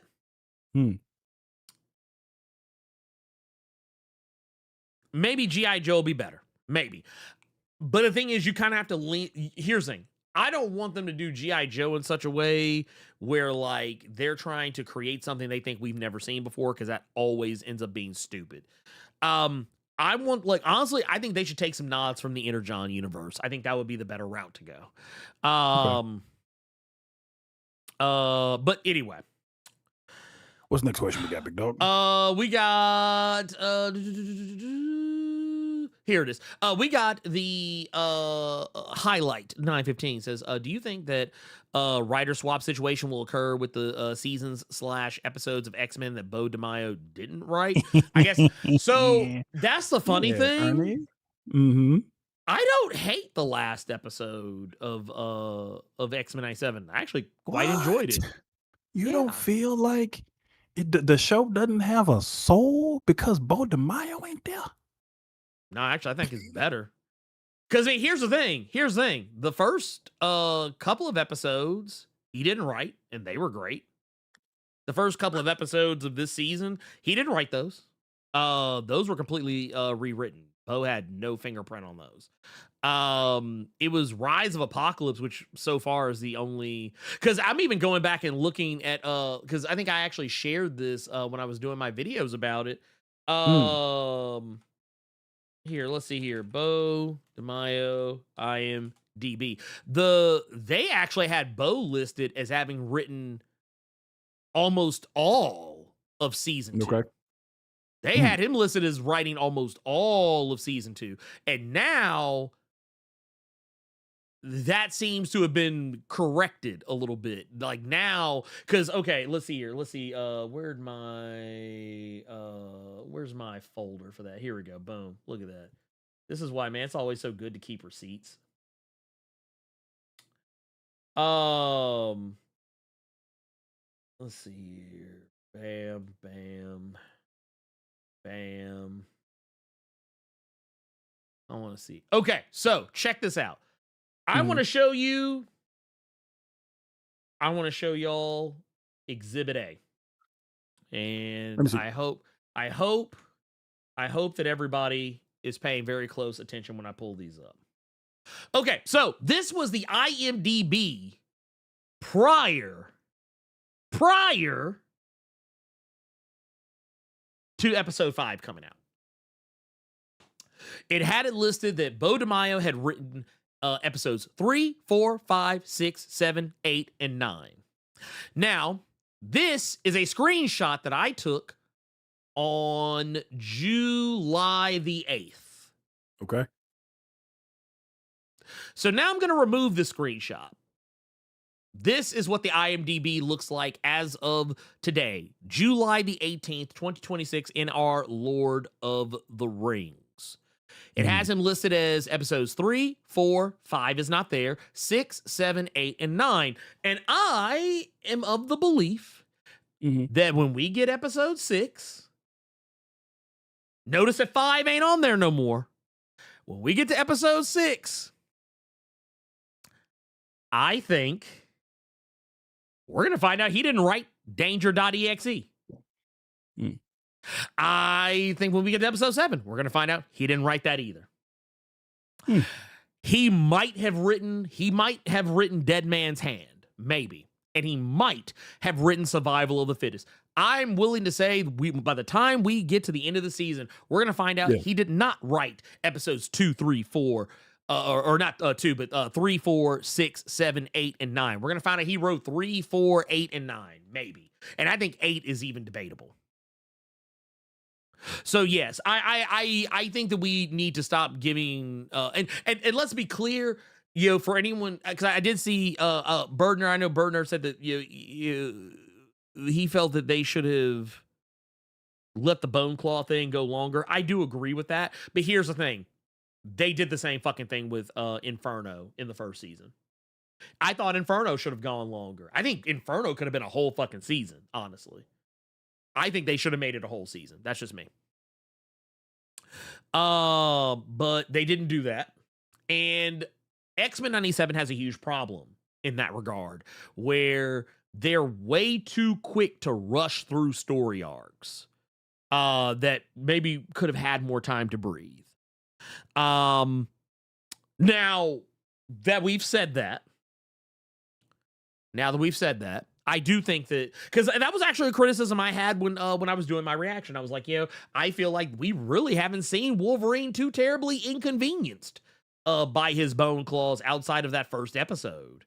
That first episode, we saw him swinging on them robots and his claws constantly break. And we did see like he would let out like a cry of pain when he would when the claws would break. So, I mean, there's that. Yeah. But I would have liked to have seen a little bit more. I think we should have seen him, because that was something that came up in the comics, was that when he didn't have the adamantium, his healing factor was like in overdrive, basically. He was acting more feral a lot of the time. I was like, I would have really have liked to have seen a little bit more of that. I think what they should have done I don't know if this would have fixed it, for a lot of people, but I think it would have fixed it for me, is that I think they should have done a 2-parter for that one. Like, kind of like what they did with Rise of Apocalypse. I think there should have been like if they would, so Weapon X Lies and DVDs Part 1, Weapon X Lies and DVDs part 2. I think they should have done that, and I think that would have went over a lot better. And it's not like they didn't do 2-parter, 3-parter episodes a lot in the original animated series. We got a lot of those, I think, in seasons 2 and 3 of the original X-Men animated series. But that's neither here nor there. Okay. But that said, I enjoyed the episode. If there's any one thing other than like the bone claw stuff that I did not or at least as far as if I had a criticism of the episode and how it was carried out, yeah, I do wish they would have drug out the bone claw thing a little bit longer. I think that actually should have gone maybe at least another episode, or maybe or have it be a thing where if you didn't do a 2-parter, have us with Bone Claw Wolverine for a little bit longer in the season, and then maybe towards the end, like maybe right before everything is starting to wrap up, then do Weapon X lives and DVDs, or save it for the very fucking end. Or not the very end, but like, you know what I mean? Like maybe, cause hell, shit, the season 3 ended on Weapon X lives and videotape. So, I mean, you don't have to have this huge bombastic thing. We could have like you could even do it as kind of like what Sandman did, where they had like a one-shot episode for Death. They had a one-shot episode for the Cats. You could have done it like that. But, that's pie in the sky type shit. I'll just say, if there was any one thing I was kind of a little sad about, was that they made Garrison Kane a dude bro and then killed him off. They sent that motherfucker to the gulag like that. Anyway, next question we got is, this is from the mailman. This question: I've been MIA for a minute and have undoubtedly missed several indie recommendations. Carter, when are you launching the Carter Recommends Persona and Substack? Please and thank you. So I saw it in a one of your YouTube comments on a Blerd Cave of ours. I've seen it here asked before, like, what do y'all want me to do on that channel? Like, and now look at it, look, we need it. Like that, I think that would be my only question, because I don't want to be another person who's doing what several other people that y'all watch already do. So what do y'all want? What do you want from me? I sound like not Tyrese. Carter having to hit it. Yeah, about to say, not Carter having to hit him with the Tyrese. Oh my god, truly. So yeah, I don't know. When I figure it out, trust me, you all will be the first to know. It won't just be me doing Dead as Disco videos, beating somebody's ass to 9 Inch Nails. It won't be. I mean, it could be though. I do want to say I want to give a shout out to Sir, because he's like, I think he's an Englishman. Just looking at his first name, Sir Barrington Edwards, from the year 8001. For the $49.99, he said, "Bless up, brothers. Stay bliggity." Oh, you know what time it is. Look, hey, you know how we do. Yeah. Look, hey, y'all know how we do on the cave. What the hell? And I'm black, y'all. And I'm blacker than black, and I'm black, y'all.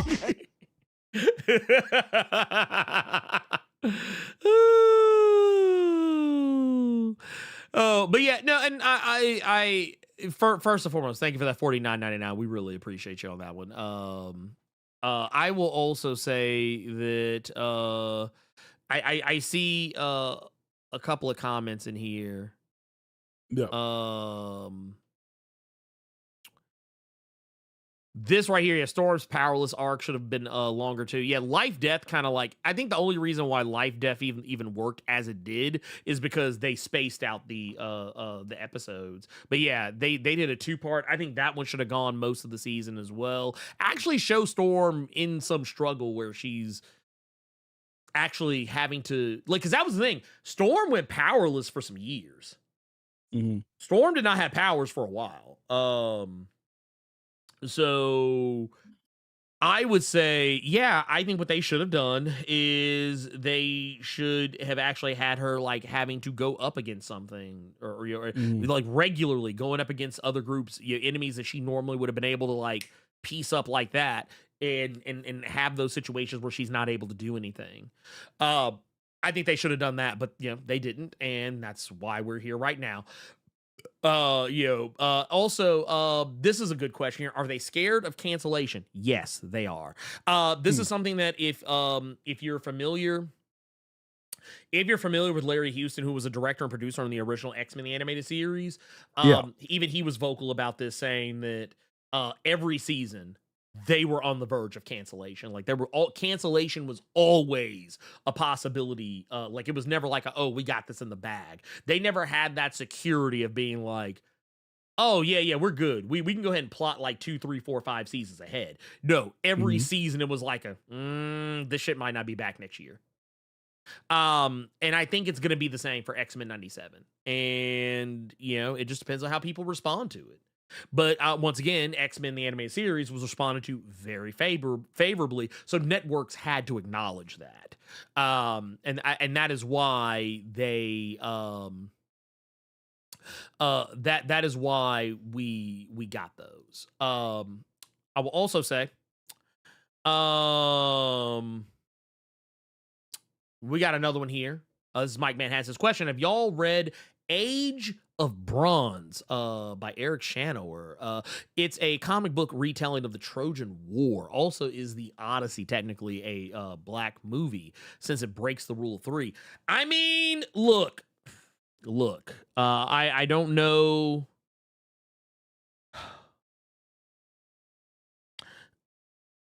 I don't know who needs to hear this, but you guys know just as well as I do that the rule of 3 is indisputable. The rule of 3. Oh Lord. And y'all know it. Y'all and know it and know it well. Know it and know it well. The rule of 3 cannot be denied. Carter, do you know what the rule of 3 is, Carter? Yes, you've spoken about it several times. You Are mentioned you it, sure? and I'm absolutely positive I know what it is. You mentioned it when we were talking about that issue of The Flash that we were in. That is true. That is actually very true. But yeah, just for anybody else, just in case, just so y'all know, I got to share the rule of 3 in case no one knows. The rule of 3. That rule is in popular entertainment. If there are 3 black people in it, it is a black product. You can have 2 black guys, although it's a stretch. If you have 3, it's a black show. There you go. So look, that is, you heard it here first, y'all. You heard it here first. It's a black show. It's a black show. Do with that information what you will. Yes. So by that metric, let's see how many here. Wait a minute. Let me see some here. How many Negroes? How many? I want an exact head count of Negroes. In the Odyssey. Let's see what. Let's pull up the IMDb. Let's pull up the IMDb. Let's go ahead and do that. So let's see. We got Corey Hawkins. That's one Negro. Travis Scott. Oh Lord, that's 2 Negroes right there. Okay, and then we got Lupita. We know we got Lupita up in there. Even though technically she is, they buried her in this. That's crazy. Here, let's go to the top cast. Let's go to top cast. They trying to hide that she in the movie. Lord. But yeah, no. This is all the way down here, and then we got what? It got Xavier Brown. Oh yes. Yeah. No. This is a whole nigga movie. Lord. Oh yeah. Oh wait. Is this a? Hold on. Wait. Oh wait. I didn't mean to go back. I meant to go forward. But no. Here. Let's Well, I want to see something real quick. Let's. Okay, I don't know. Yeah, he cutting it kind of close. Wait. Who else we got in here? Here? Let's see. Oh yeah, he in it. Oh, Overlord in it. Oh yeah, no, this is a whole Negro movie. That's a whole nigga movie, man. Yeah, no, fuck out my face with that shit. Yeah. No, that's a whole. Yeah, nah. They got Overlord up in here. Oh yeah. We good. That's a black product. That's a black product right there. 100%. so-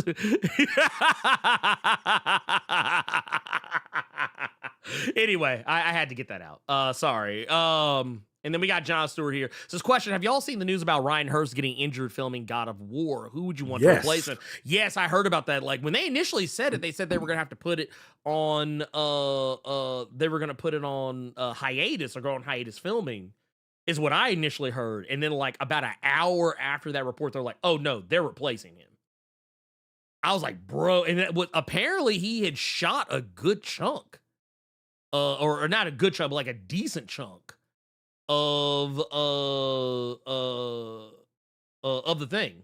Yeah, because it says according to sources, 4 episodes have been fully completed at the time of the incident, with some contending that parts of additional ones also had been filmed. And yeah, I mean, it was, I don't know how many episodes they were plotting, but it was probably 10. Yeah, because that's kind of customary. Okay, I'm ready to go now. This boy said, "Give us Braun." I know you being funny, but I hate people that do that. If I see another person say that they want Jade Cargill to be Storm in the MCU, I want to punch them in the face. But just to go back, yeah, go ahead. No, go ahead. Yeah, Jade Cargill can barely cut a promo. And y'all want her to be Storm? That's what I'm saying. Y'all saw somebody cosplay somebody one time, and y'all say that y'all see Braun Strowman with this big ass beard. We don't know anything about this fool's acting ability. All we knew, the main acting ability that people responded to well was him hollering, beating up Roman Reigns. Y'all got to cut it out. But I know that the injury, he tore his bicep, is what happened. And that's I was thinking, like, shit, for him to be completely recast is nuts. I think you could still keep him. And if you're doing certain scenes, why can't... And I've seen movies do this shit before. We've seen this shit before, where if there are certain scenes, you just don't show his face. Or shit, with how technology is nowadays, fucking Paul Walker went to the Shadow Realm, and they still doing the Fast and Furious movies. And then the last one that he was in, they got his brother to do it. I'm sorry. If Storm is silent, sure. Dude, because I'm serious. I don't know. Look, Jade Cargill is a specimen of a human being when it comes to like physicality and look. She looks like $1 million.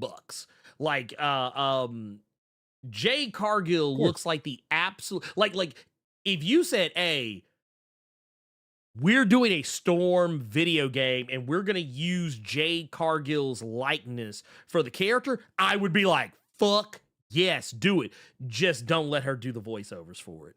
That's how I would feel about it, because I'm sorry, her promo skills, I assumed that when she left AEW to go to WWE, maybe they would get better. She has not gotten better in that regard, and her in-ring has somehow gotten worse. Like, somehow her in-ring, like, I'm not saying, like, I haven't watched every Jade Cargill match.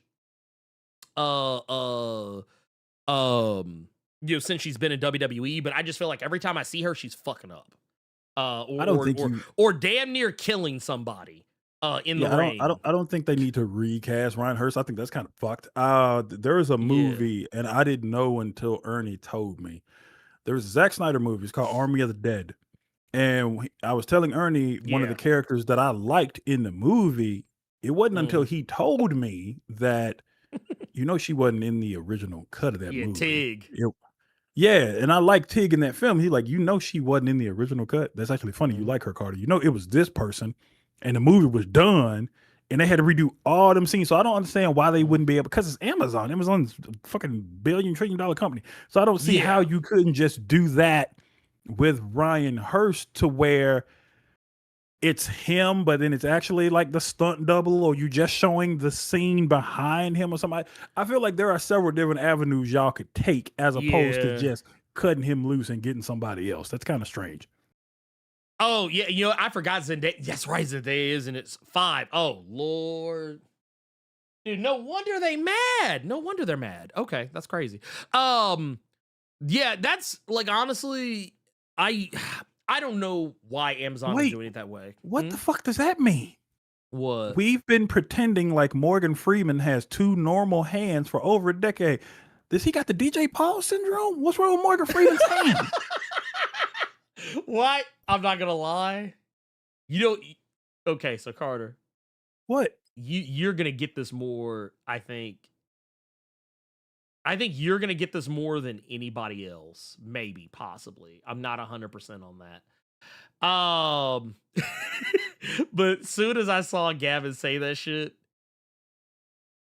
do you know what immediately came to my mind? What?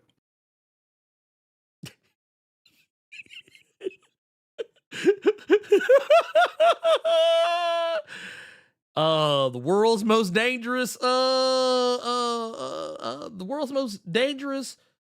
jazz musician, Carter.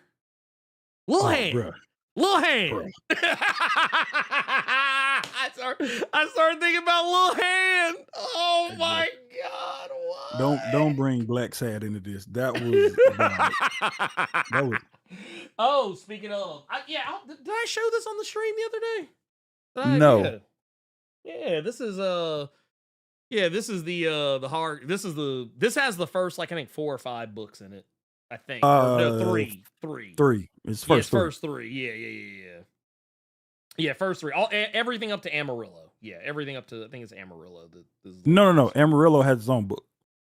That's right. It sure fuck does. Yeah, Amarillo has his own book. The last story in that one is crazy. Red Soul, so I think that's the first 3. Oh yeah. Ooh, man, I almost opened up on a problematic page. Lord, let me keep the pages turned this way.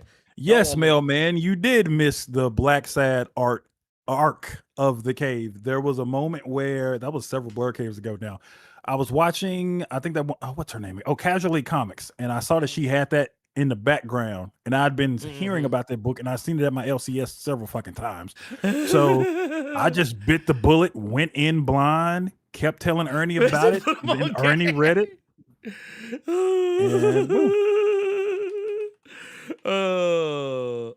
So yeah, basically, Oh, yeah, man. It's a he has like a.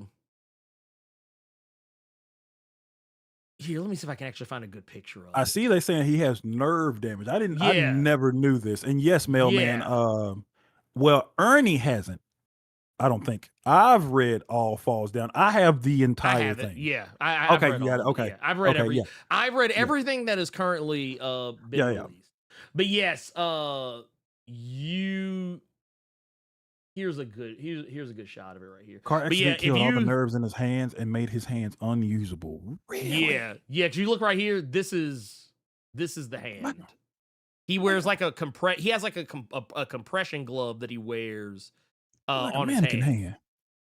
Yep. Like he keeps that thing on and I you know what? Yes. I forgot about that. Yeah. Dark Knight Rises. Yeah. You can actually see it. It's crazy. That is so fucking crazy. But yeah, no, I love me some Black Sad. That said, I think that's the show, y'all. Is that the show? I think that's the show. Carter, do you have anything you want to leave the people with before we going get to up the outta here? movies to watch Evil Dead burn, see how I feel about it, and I'll more than likely watch The Odyssey since I'm already in there anyway. I already told you my plan. We just wherever we at. Yeah, hey, and see, there's a trick to it. Don't be looking suspicious, y'all. Y'all can't do like you see us do. You got to act like you're supposed to be there. You're gonna be in San Diego. Hey, whoa. Now hold on, Gavin. I see you say you're gonna be it. Do you have some connections? Ernie and I don't want to spend $700, $800, $900. Go to Comic-Con. When Carter told me that was the price of them oh no, I posted on Threads and tagged you in it because Dan Exclaim saw it and went nuts. And then there were a bunch of actually those tickets are actually, but this is what we're looking at right now. Yeah. Hush. I'd be like, man, I'd be like, first off, mind your business.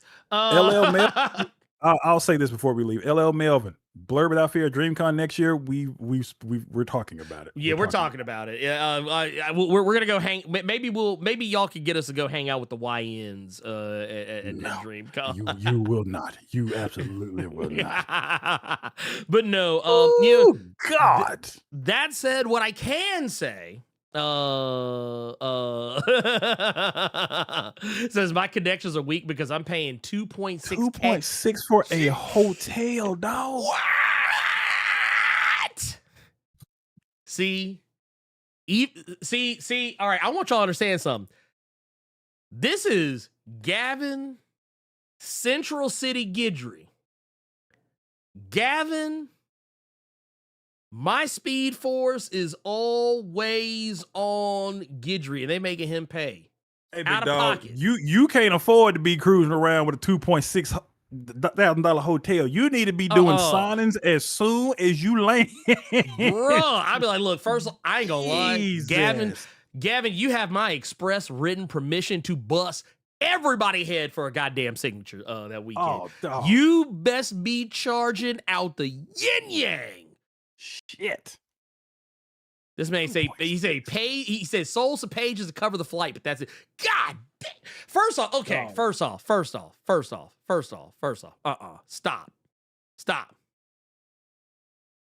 Even through all that, he had to stunt. Let's get out of here, dog. You see, man, he had to stunt at the end real quick. Have dinner with group editors. He had to stunt at the end. Oh my Lord! Look, Gavin basically just said. Gavin just basically said, he said, yeah. So basically, I'm gonna have a book. Next year. Y'all just gonna have to. Yeah. Anyway, this man, Lord, this guy, mercy. this fucking guy, this guy. But no, for real though, I know Gavin's gonna do something pretty awesome. But yeah. But no, real talk. Yeah, man. Thank y'all for the show. And yeah, I might try to sneak out and go see Evil Dead Burn 2. I've been wanting to go see it, but just have not had the time. I am gonna get the fuck up out of here and just keep it locked. We got a new video up. Please go fucking watch it because I need that. I really need that. Matter of fact, you don't just go watch the video, go hype the video as well. New video is up for X-Men 97 Explain. Going over the entire episode, breaking down all of the Easter eggs and everything. And I'm actually talking about this shit with some knowledge. I'm not just rattling off some shit I read on a Wikipedia like a lot of these other folks are doing here. That's why my videos take a little more time. But yes, please go check that video out. It actually went live just before the cave. So go check it out. And as a matter of fact, yeah, just go show us some goddamn love. Go, give us some hype. I need the hype. Likes, hype. Do it for this too if you can. And yeah. So for Carter Presents, I am the Blerd Without Fear. And you know what? Just 'cause I didn't get to do it last time. Lindsey Graham. We're going for you, nigga.